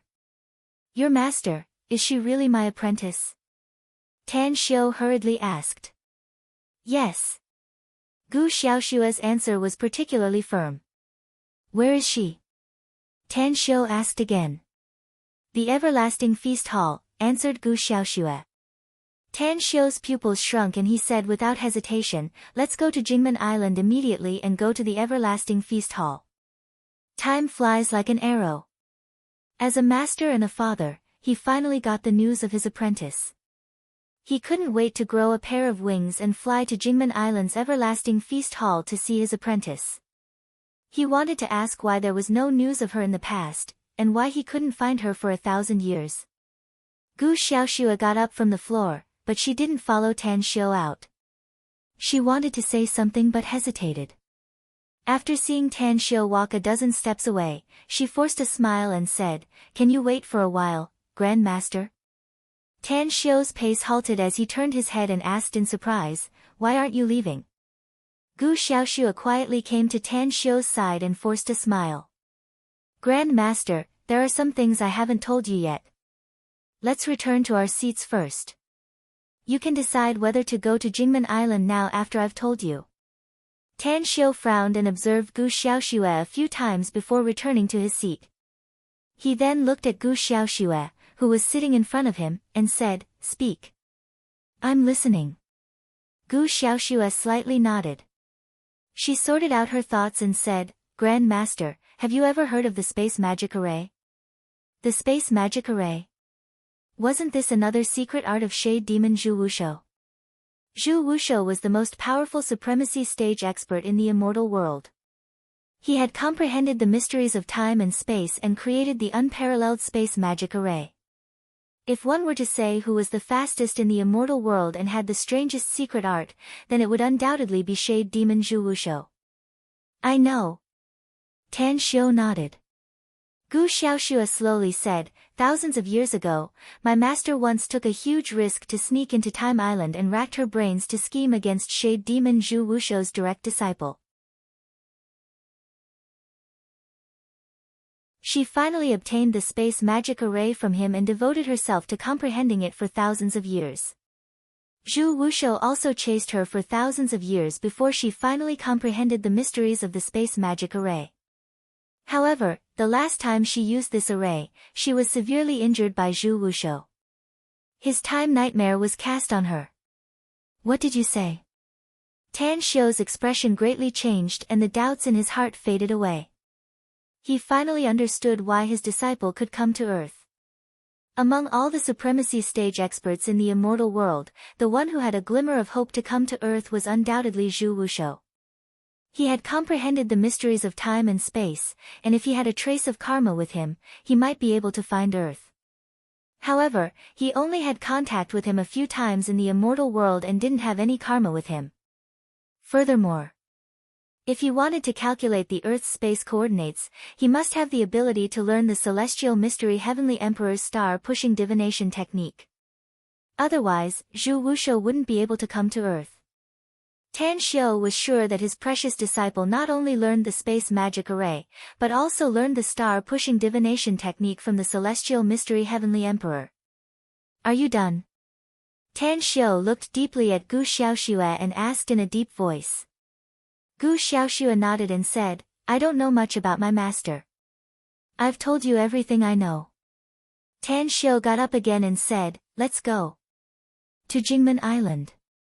When the two of them arrived at the airport by car, Tan Xiu was depressed. There were only 2 flights from Star City to Jingmen Island every day, and the last flight had left 20 minutes ago. If they wanted to go to Jingmen Island today, they would need to find another way.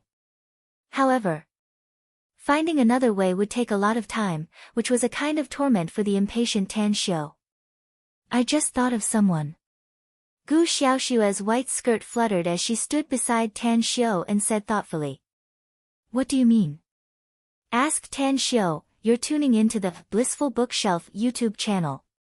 We're so grateful for your support and don't forget to subscribe to join us on this incredible journey through captivating stories.